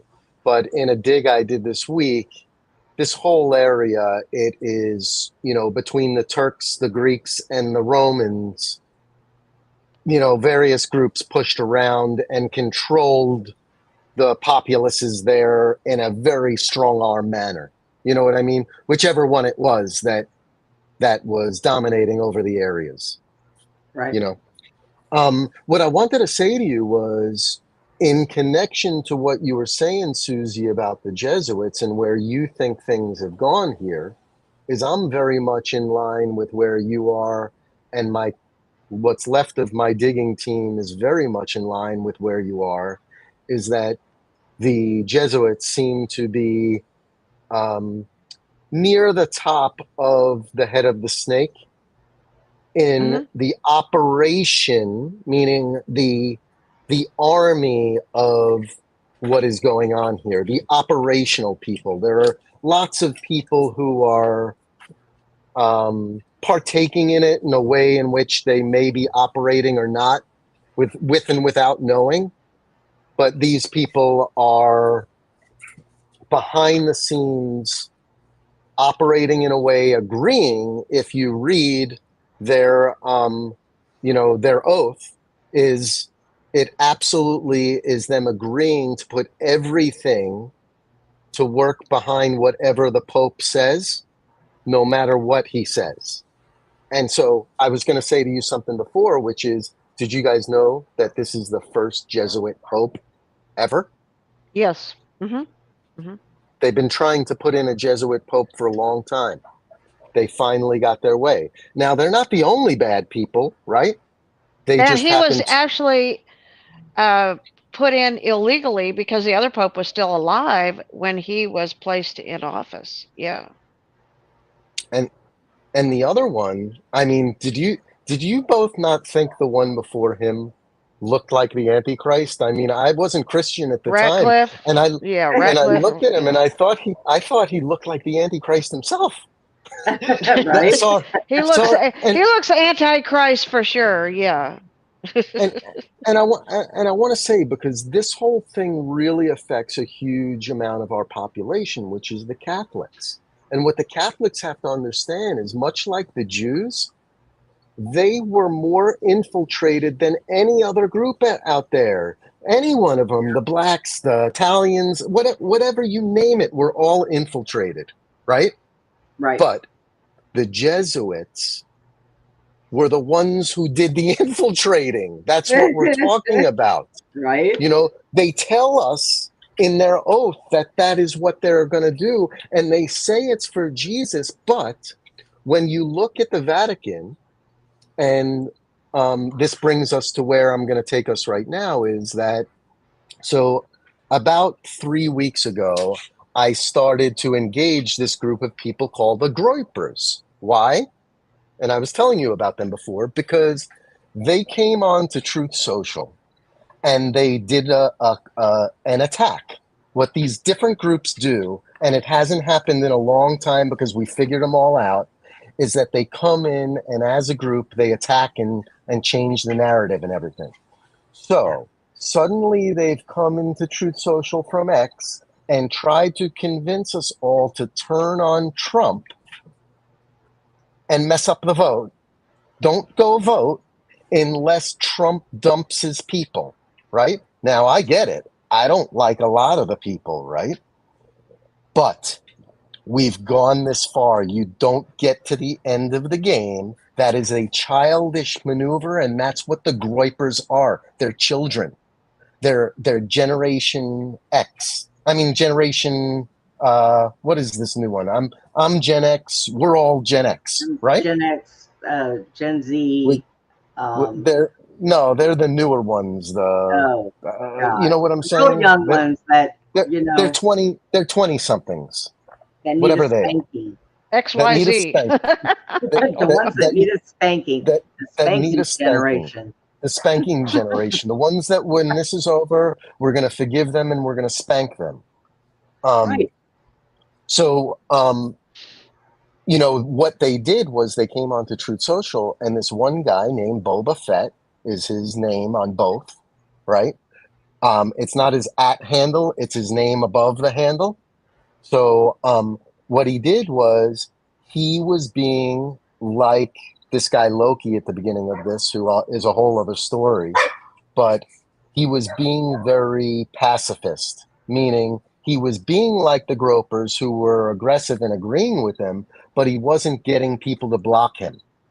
And so he was being quite agreeable. So I said, you know, I'm going to talk with him because he's reasonable. So I'm going to show him why he's messed up, right?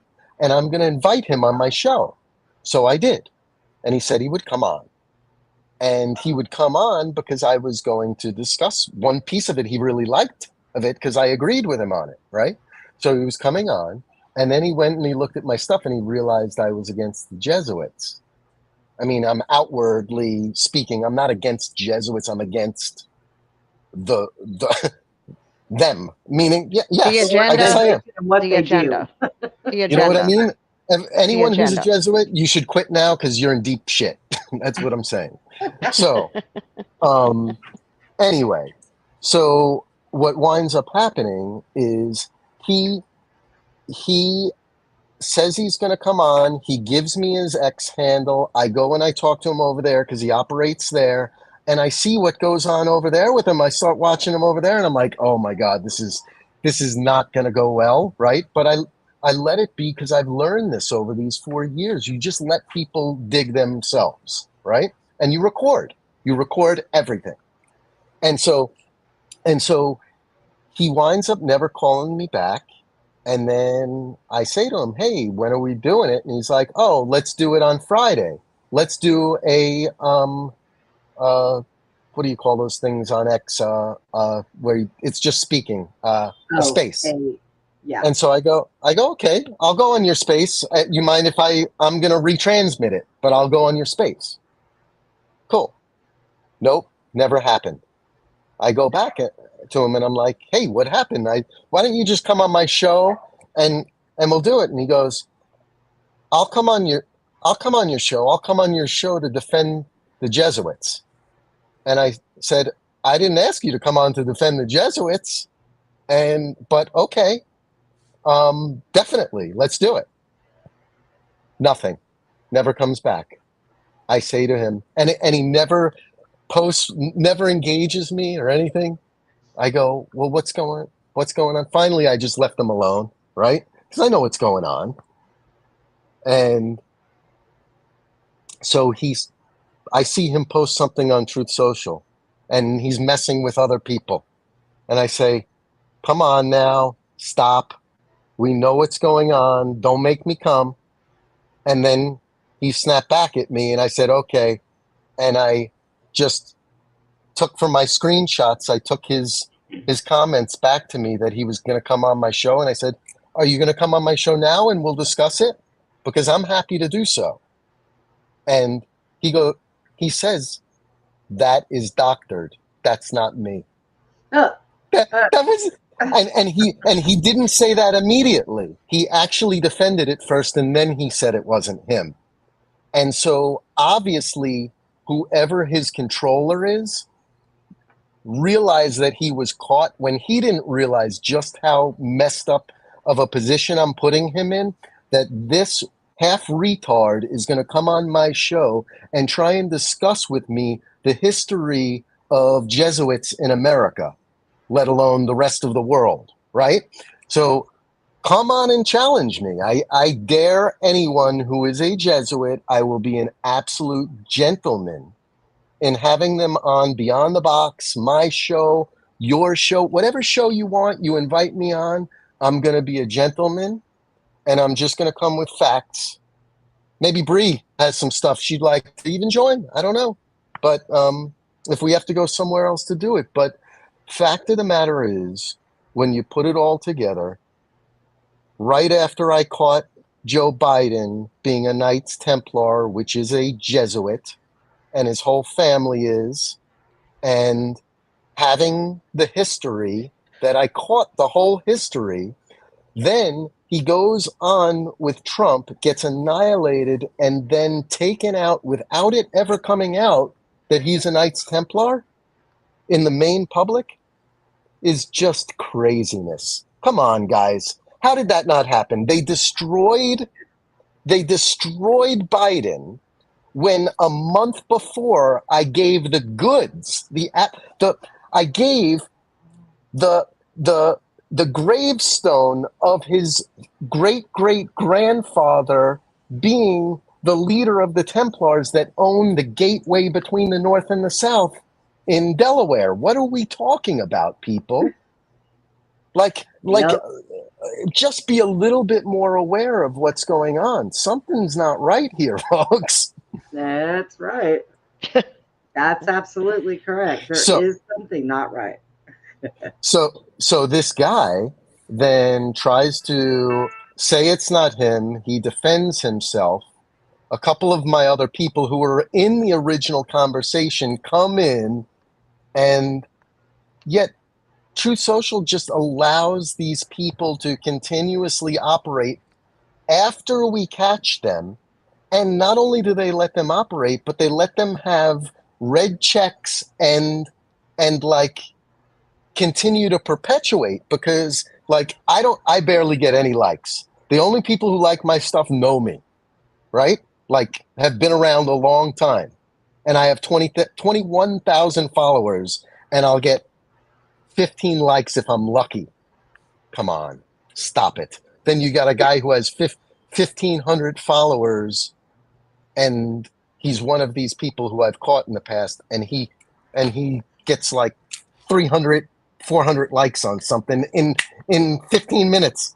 You're like, what is going on here? That's because he's got a plethora of people that are all doing the same thing. And Yes. and that's what it is. But I also know why Truth Social lets them go. Truth Social is supposed to be one of those protection of freedom of speech.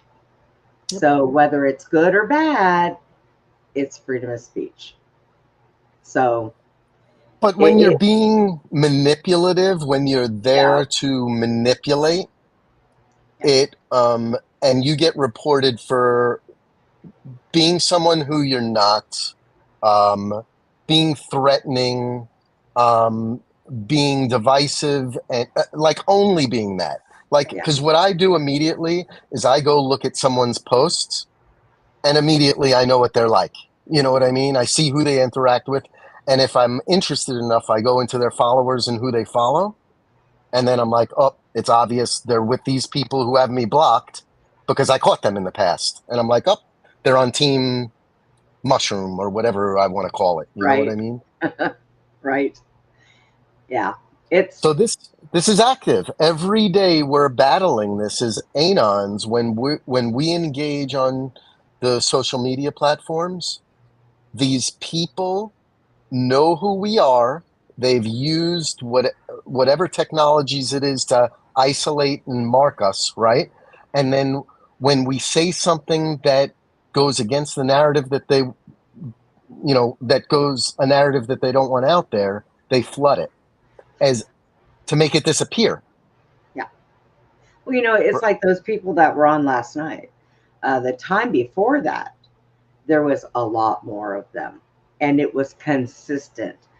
I play 15 seconds with another guest of Wrecking Ball so he could play it backwards, and I get niched.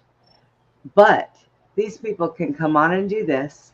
They took parts of my show and put it out themselves on their stuff and was making money off of it.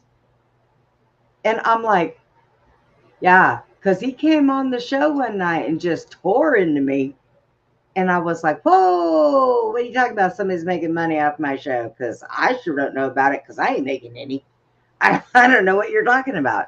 And it was like, but they do this. And it really makes me angry that YouTube allows that and allows all that other stuff, took everything. My artwork had it out there, everything. But you do one little thing wrong that's against the narrative, and you're in trouble. Hey, I got good news for you two. What's that? A good sign that the white hats are in control. What's that? And this is the first time well, no, I did say it before. So the other day I did a live and I did it off the cuff, and I brought up by accident my full name on the I've never put that out there to anyone, right? Right. And by accident it came up on the screen live, and I bugged out live, but I didn't show it, right? And I was like, okay, do I just shut down right now and just take it down? Or do I just continue on, and when I'm done, I'll just erase that part, right? I go and I finish the show. I immediately go to watch it. Part is gone, cut out. How did that happen? Yeah. This is very recently. I'll say it very recently, just in case it didn't get cut everywhere, but it got cut. You know what I'm saying? And so, who did that? Was it white hats? Yeah. Who Was it did God? that? Was it God? A new question. Who did that? Because it wasn't me. But the whole section is gone.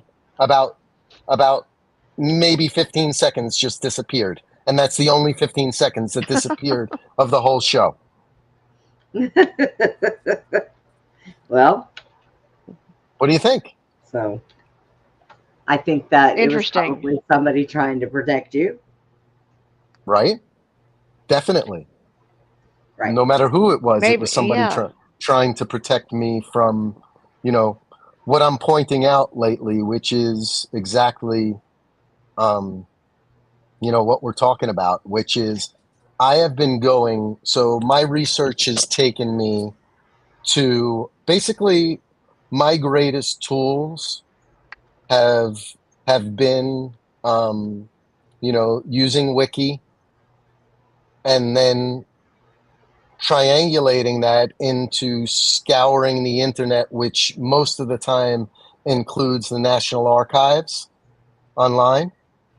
But the most recent, which was, about 6 months prior to the Biden thing, was I started looking through the Find a Grave, and I would scour through connecting people and items about them. And I wound up finding some really, if people went and they go back and they look through my digs, they're all, I have about, I'm going to call it 140 videos since December on my Rumble channel, Chosenkingdom. Wow. And in there are digs that show some of these things I found using these techniques. And, that most amazing one was right before they took out Biden. Was it's an absolute that he is Knights Templar, 100%. And so, when you're Knights Templar, your bloodline Knights Templar forever. It's not, you don't get rid of that and become president. That's not what happens, people. Let's be honest, Right. So what was I saying right before that? So Mark, I just have to say this. I've been holding it in for like 20 minutes, but I just Go, have to girl. say this. Okay. This is a very awkward, weird situation, but I'm going to just put it out here. Okay. Let's go Okay. back to 2008. 2008, I had a 19-year-old daughter named Tasha Marie Hott. Tasha got pneumonia and died. Okay, my daughter did. I'm sorry. And in the process of that, she was a really good girl, loved Jesus just loved Jesus, and really good girl. I mean, just like a really pure heart, really good girl. I was friends with a guy who was out of Houston who I bought a horse from. When my daughter died, I got a phone call from this man, and he said to me, your daughter was one of the sweetest people I've ever met in my entire life. He says to me, now this is like 2 weeks after my daughter died. So, of course, this conversation he told me put me into shock because I was already in a grieving situation, didn't know how to handle the conversation, didn't know how to react to it. It come over the years, it's been kind of a little shocking what he said to me, but this is what he said to me. He said to me, he said, I called my brother, who's a Jesuit priest at the Vatican, and they held mass for your daughter at the Vatican, and they declared your daughter a saint. Now, I know that the Pope has to approve that, and my question after that was, who am I and who is she? And you should. that You should. she would be recognized as a saint within the Jesuit Vatican at that time. So later, I was visited by a man and his wife who have a church. He's a Catholic priest. They marry. There's Catholics that marry. His wife had lupus. And they came to me, and basically they said to me, this is what they said. This is very bizarre. She said that her husband was the reincarnation of Francis of Assisi. Now, we do know that the Pope chose the name Francis to be called Francis because they choose a saint's name. So Benedict became Francis, right? That's not his real name, but he's known as Francis. So he named himself as after Francis of Assisi.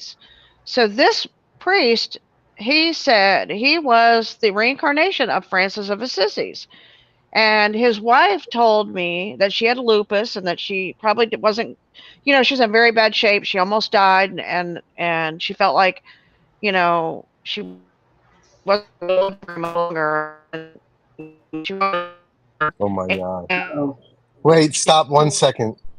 Susie, stop one crazy. second because wait, Okay. stop 1 second because your you voice broke is up. going and what's crazy is you're giving me my thing right now, which is right after you gave me my thing, your voice went absolutely just out like a robot because go ahead. I'm going to tell you what happens to me, and it hasn't been as often lately. So, what you're hitting on here right now, please go ahead.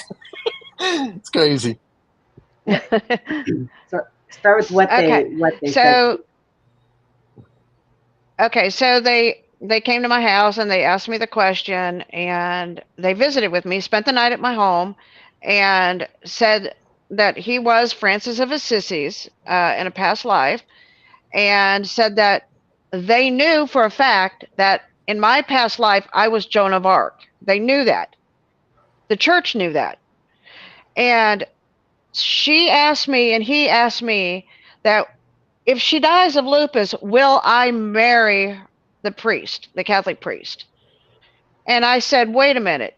You mean to tell me that you know that I was Joan of Arc, and you know what the church did to Joan of Arc? They burned her at the stake.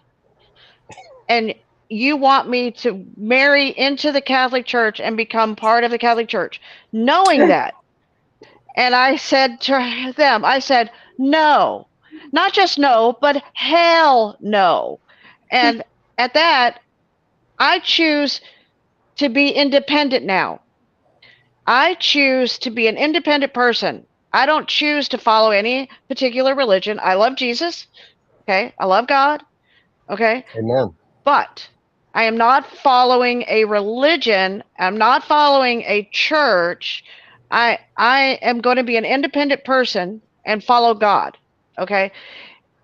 And I will never go back to the Catholic Church. And I'm sure that No. we were all, everybody ever born was Catholic at one time or one place or whatever. But I am independent. I mean, they were really nice people. I mean, the guy was nice. She was nice. I mean, I had no problem with that, you know. But I thought to myself, again, who am I? And why is this happening to me? Yeah, going on. So this is this.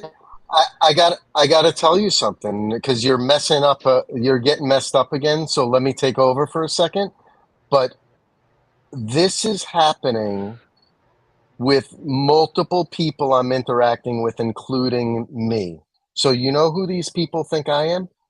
I think I said it in your other show, is that at the beginning of this, they isolated me and they wouldn't speak to me sort of directly. They would speak to my friend Junior, who they would call a magi. They were calling her a sage. And me, they were calling Arthur. And I was like, what the heck are they talking about? Right? We were on the back channel talking behind while these people were calling us these things, multiple people. And we were laughing at them behind the scenes, right? Well, what winds up happening? I wound up bringing in as many as 50 people into that room. About 8 of them that I know of were absolute Gnostic infiltrators who were among those types of people with that thing going on where, I mean, look, I'm nobody Huh. special. I'm a dad. You know what I mean? I'm a dad. I'm a business owner. I hope, we can come back to an America, the one that I thought that we never really were, right? Right. But the one that I experienced or I thought I experienced as a child, I I would love for everybody to be able to experience that because I was like, you know, I was like a rebel kid on my own who would ride my bike around all day and do adventures. That's what my life was like Mark, as a kid, you know? Yeah. what Yeah. I Arthur, and my thoughts on Arthur was that I believe that he had uncovered some truths and some situations which got him into trouble. Is that like, got brought conflict into his life? Is that correct? From what you know about Arthur? Uh, yeah, but so here's the thing with Arthur is a lot of it is actual lore, and it may not even be a whole real person, is what some people Oh, say. he was I don't real. believe He was real. I don't believe that is true. I believe too, but here's the thing: what most people don't know is that Merlin was in the cave in Wallachia. The spirit of Merlin was in the cave of Wallachia in Romania, where my family is from. My Oh, family wow. is from there. Okay. And 50% of my blood is from Wallachia, Romania, which is now where they said I came from was Hungary, but it was Romania at the time. That area is Okay. Wallachia. That area is Wallachia. Um, and what that area is you all know it as um, uh, the Vlad the Impaler. And so Vlad the Impaler was was really another person. He was um, and I got to remember all this off the top of my head because it's just coming back to me right now. Which But is the king? The kings are related to, I think Philip said he was related to Glad the Impaler. right, so Listen, here's he on the so vampire they spectrum. they all were, yes. So Okay. he became Vlad the Impaler is the mystic Dracula, as they called him. But guess what? Right. Dracula is the myth. The real thing was Vlad the Impaler, and here's what the story is. The story is that he was the son of the kings who his father was brought up to Turkey because it was the the the Turkish Empire, uh, what is it called? So the Turkish Empire ruled, and they came down through this area, and they had agreements with these people because it was the passageway through the mountains from Europe to Asia, right? Right. And so what happened was he controlled this area, Vlad the Impaler, but he had a real name. They changed his name to Vlad the Impaler, and it's just not coming to me at the moment. But what happened was as It a was kid, Valdemir or something, I think. yes, his kid, his father, as a kid, was brought to Turkey and or Constantinople and was educated under the Turkish as a warrior, came back, he was born, and then when he was born, the Turkish forced him to go and get his education through the Turkish again. And so he came back to Wallachia to be the king of Wallachia. And Hmm. there were all these wars going on, and he was like helpful in controlling them, right? But the Turkish were going to come down and take all his land and kill his people. So he knew that a magical being lived the in a cave in the mountains of Wallachia. And so he went Oh. up into the cave, presented himself to the demon, which the demon was the embodiment of Merlin, the same character, right? And Okay. and That and so movie, what that last movie they had of, was that one I saw with Dracula where that king goes into the cave and he meets him in the cave. yes, Yeah. yes. Yeah. And so what happens is he gives him the power to defeat the armies, and he Right. absolutely obliterates him, but he has to the trick was he had to not drink the blood of another human over Right. the course of 3 days, That was in that movie. Yeah. in order to make it, right? And so Right. what happens is he's unable to do it, and he becomes a vampire, becomes Dracula, and he essentially loses everything to it. And so here's the question: is all that myth, I think because or he some had of to it do true? that in the movie. In the movie anyway, it shows that he had to do that in order to kill all the people that were going to kill his family and his people, His and he needed the that nation, much power. Yeah, yeah. and it was his only way to save them. He But like what it did, sacrificed himself basically. Yeah. but so he was what they have historically made into a demon, Dracula, bad person, is actually just a person who chose basically to use the witchcraft to do what is sort of good, but he killed 250,000 people in an army or whatever he did, right? In and put them all Yeah. on stakes. It was absolutely horrid what he did. But the question is who is the good guy?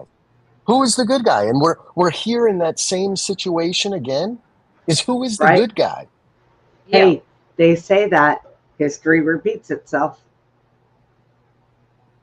And it may So- not and do the same exact thing, but it does do the same thing.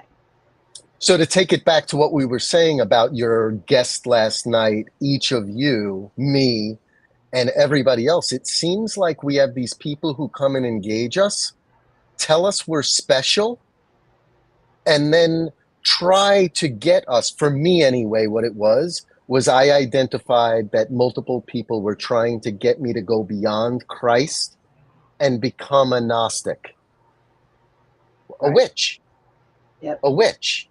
And so I drew the line at the beginning of making Down the Road Past the Tree when it was two people. Junior and I, when we made Down the Road Past the Tree, that group to talk on the side channel and dig, it was that we were going to be open to hearing anything, and we were going to stand on our relationship individually with Jesus, and that was that. Everything else was open, Bible and amen. everything. Yeah, I agree with that. In the beginning, Mhm. I was even questioning the validity of the Bible, and guess where it led? It led to it's real. All of them are true. You know what I mean? It's not that all of them are lying. It's that all of them are true. They just tell it in a different way to try and confuse us to think that it's not real. Yeah. Because Well, it's like a manipulation. With the movies. They put everything they put in the movies. Well, the Mandela effect has messed it up. Timelines and things like that are messing a lot of things up. Even movies are messed up. Even memories are messed up. Yeah, there's a lot of messed up stuff. And you Yeah. determined, Susie, separate from me, I recognize, and tell me if I'm wrong, but the Geneva Bible is about as close to what we're going to get to what the truth is. You know what I mean? Hang on. I got that answer. I got something for Yeah. you. This. There you go, the Ethiopian. The Ethiopian Bible. And this is a big book. Mhm. But yeah. Yeah, she got that in the other day. Yeah. Yeah. Yes. Nice. And it has Enoch in it, which Yes, it does. is pretty spectacular. Yeah. I haven't read that one, so Right. maybe I'm not there yet. but so you know, I believe Lots of reading that, out there. Lots of reading. I believe that Jesus led me to the King James, the original in Old English, because he wanted me to see the deceptions of King James and what he. It's the King James Bible happens to be Yeah. what's probably my favorite Bible, actually. I think. I mean, from the ones I've read. However, I go by the word of the Geneva Bible, and I cross-reference it. I cross-reference the Geneva versus everything. The original King James, I believe he gave it to me to show the deception, but also to make it so I'm able to read Old English pretty fast. And so there's a major deception going on there. First of all, Old English isn't really Old English. It's another language. The one that we're reading in that Bible is not the same language as the real Old English. And secondly, is that many books were written in Old English and in Latin in order to make it so the typical person is never going to address it in the modern day, right? In modern day, we don't read Latin and we don't read Old English, and it's because it doesn't sort of exist for us, right? It's too difficult. One of the people that I admire as a translator is Mario Baglino. He translated, because he speaks Latin, Hebrew, and Greek. So he translated. He actually worked for the Vatican. They hired him because he understands. He understands Sumerian language. So the Bible originally started off as Sumerian, like, from the Middle East, and then it was other different languages. And so he's worked with the rabbis, the Jewish people. He works with them, and they're all in agreement together, and he translates a lot of this stuff. So if you ever get a chance to watch Mario Baglino, but he doesn't speak English, so a little bit he does, but his the words videos you can read in English, or he'll have a translator to help. But everything, the Bible basically comes from the Sumerian text. It's about the Anunnaki gods, and it's not necessarily about God in the Old Testament, the God that we believe in, necessarily. But it is. That's why there's mention of multiple gods. Like God sits in the council of the gods and judges amongst the gods. So he breaks it down and puts it out there, and I believe kind of gives you what those translations. I believe all those books together tell the whole story. Like you take what we know as the canon, right? And yes, that's the Bible and what 300 people said should go into it. Yeah. But God, Jesus has told me that Enoch is a part of what I should be paying attention to. And with that being said, that leads out to probably another 900 books who are important enough that if you read into them and use all of the information together, you're going to get a better picture about what the Bible is really saying. You know what I mean? Susie and I talked about that, getting all different books. That way you have something to reference things and you can put it all together. And I've even heard her say, you take one line of this scripture and then a line of this one over here out of this and put it together, and there you have the truth. So I think that they did that on purpose. They don't want us knowing anything. And King James was the one that took the book of Enoch out of the Bible, right? Yep. I don't know if King James did. I know that originally King James had more books in the Bible than 66, and the Catholic Bible had like 72, and then it ended up over the years coming down to 66 books. And so, if the Catholic Church didn't canonize it or approve it, and their reason for approving it isn't based on the fact that the book was written from the actual person, like, the book of Luke maybe wasn't wrote by Luke, or so many of the books are not actually written by the actual author of the story. So they're written like hundreds of years later. The book of Genesis was written by Moses, which that is way later. So they're not actually, that's not the reason why they canonize certain books, is based on the author of it. So once you start doing that research and you find out who wrote the books, when they were written, and then you start going back and trying to get some older documents, and You should look. Everybody should look at everything. Should put it all out, everything out on the table, and cross. You're so let's. Whoop, you're breaking up. You must be saying something good. You must be saying something good because it's not letting you speak. Can I get you guys to get close to wrapping up, for me at least, Yeah. only because my family is Yeah, wanting some attention, but I want to we're over a leave little bit of time here. everybody with a good dig for all of them, because this was in the last couple of days. I found it 2 years ago or so, but I kind of felt like it was just another one of these LARPs, because you know how everybody says it's the Khazarian Jews, it's the Khazarian Jews. Well, what if I told you it's a bit of a LARP within itself? There's a group of Jews called the Donmei Jews, which are what are probably the original Judaizers who were not really Jews, but considered Jews. And what if I told you that it's in the Bible, the place, and it is the only city that was majority Jewish in all of Europe during the time, right? And here's what happens, is that the Turkish and the Romans are in charge.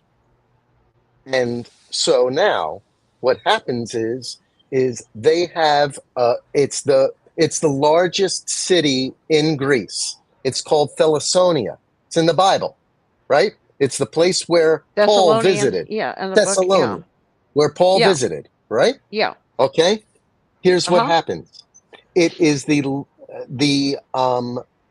largest city in Greece, and it is the only Jewish city in all of Europe at the time.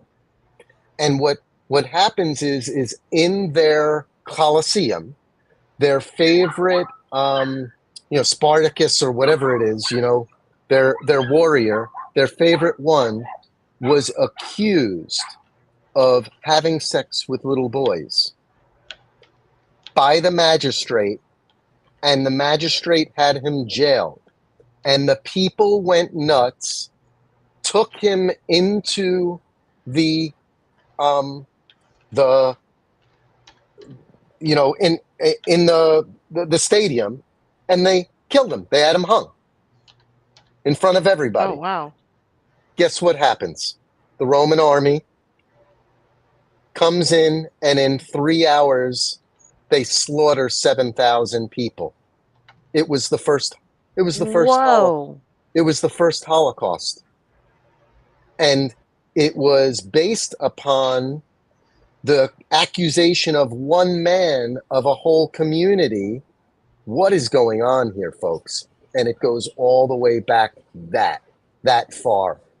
So what is actually happening is they keep infiltrating the next group. I'm sure these Donmei Jews were probably not all bad either, but the demon people infiltrated, so everybody accused them, and that's, all this hate just perpetuated against them throughout the years, and they just kept on making up new names. But guess what, people? They weren't even really Jews. Maybe I'm not even Jewish, for all we know, right? Maybe back 1,000 years ago, my family was Muslim and they decided to convert, to fake it. For all we know, all of us. So I want to leave everybody with that dig to take a look at the Donmei Jews, because it's going to take you down a crazy rabbit hole and take you to the Bible. And that's where we all want you. Yeah. Okay, Marc, do you want to tell everybody where they can find you Marc. and all about you? Sure, great. Everybody can find me. I'm the chosen one on Truth Social. I do have an X. It's under the Magi Party. which is my party that I set up to help Republicans win nominations. We're helping a few. Go take a look at it, majiparty.org. And you can also find me on Rumble. I do my show, The Chosen Kingdom, once or twice a week usually. Throw it out there. But I did. I found you on X, and I friended you on X. And I don't go there much anymore because it is so badly infiltrated that I don't have time for it anymore. I honestly, I don't. Right. So, this has been a fascinating show. It always is when you come on. God, we got to do this again. We just sit down and talk, and it's, of course, it was pretty hilarious trying to get the time straight. Oh my God, I can't believe it. Daytime. I'm waking up now. So she's pounding on me on the text, Bree. She's pounding on me. Oh my gosh. And you're going, you're making me laugh, and I'm like, I'm making myself laugh. I don't. No, I'm telling you, my wife, because if we finished an hour ago, Bree. Right. So Mark, thank you for coming on. You can go ahead and split, and then Susie and I'll finish wrapping up. Thanks for having me. Yep. Thank you. See you both. Bye. Bye. God bless. So, everybody, we will be back next week, and we're going to try the whole having our guests from England come back again next Saturday. So we'll shoot for an early show next Saturday. Maybe I can get used to actually being up during the day. I don't know. Tonight, Denise said she's going to be bored tonight. Well, tonight I am going to be on the Sports Cat show, the Misfit show. There you go. Yep, you can watch the Misfit show. There you go. Watch the Misfit show. We're supposed to be talking about slumber parties gone wrong, and it's a funny show. I've had some of those go wrong. I was invited to one I had to split and run away from one night, but hey. But so that's where I'm going to be tonight. It's 8 o'clock Central Time, 9 o'clock Eastern. Susie's going to go out and go play in her yard. I know this. I got some wood flooring to put down in that little 2-story. So wow, look at Roger's been cutting it. So, where do you get your energy? Look at you go. I don't know. Go out. My dog is licking my phone. It's like motivation. I want to get it done. Things that need to be done. Yeah. Roger's out there measuring, taking boards for the ramp. God. Yep, he's working on it. He's been cutting all day. Get out there and do some stuff. Susie and I are going to plant stuff. Yeah, we'll be busy. I'm busy now. Yeah. We'll just stay busy. I know. You need to build a greenhouse. Wonder how hard that would be. We'll give Jack that job. Yeah. Okay. Him and Roger can go out there and have a good old time. But we love you too, Denise. We love you guys. Yes, thank you guys, everybody that comes on the show. I want to say that too. Y'all are the best. Yes. Our guests are the best. Our guests are the best. We will see you next weekend. And like always, please be kind to one another. Bye-bye.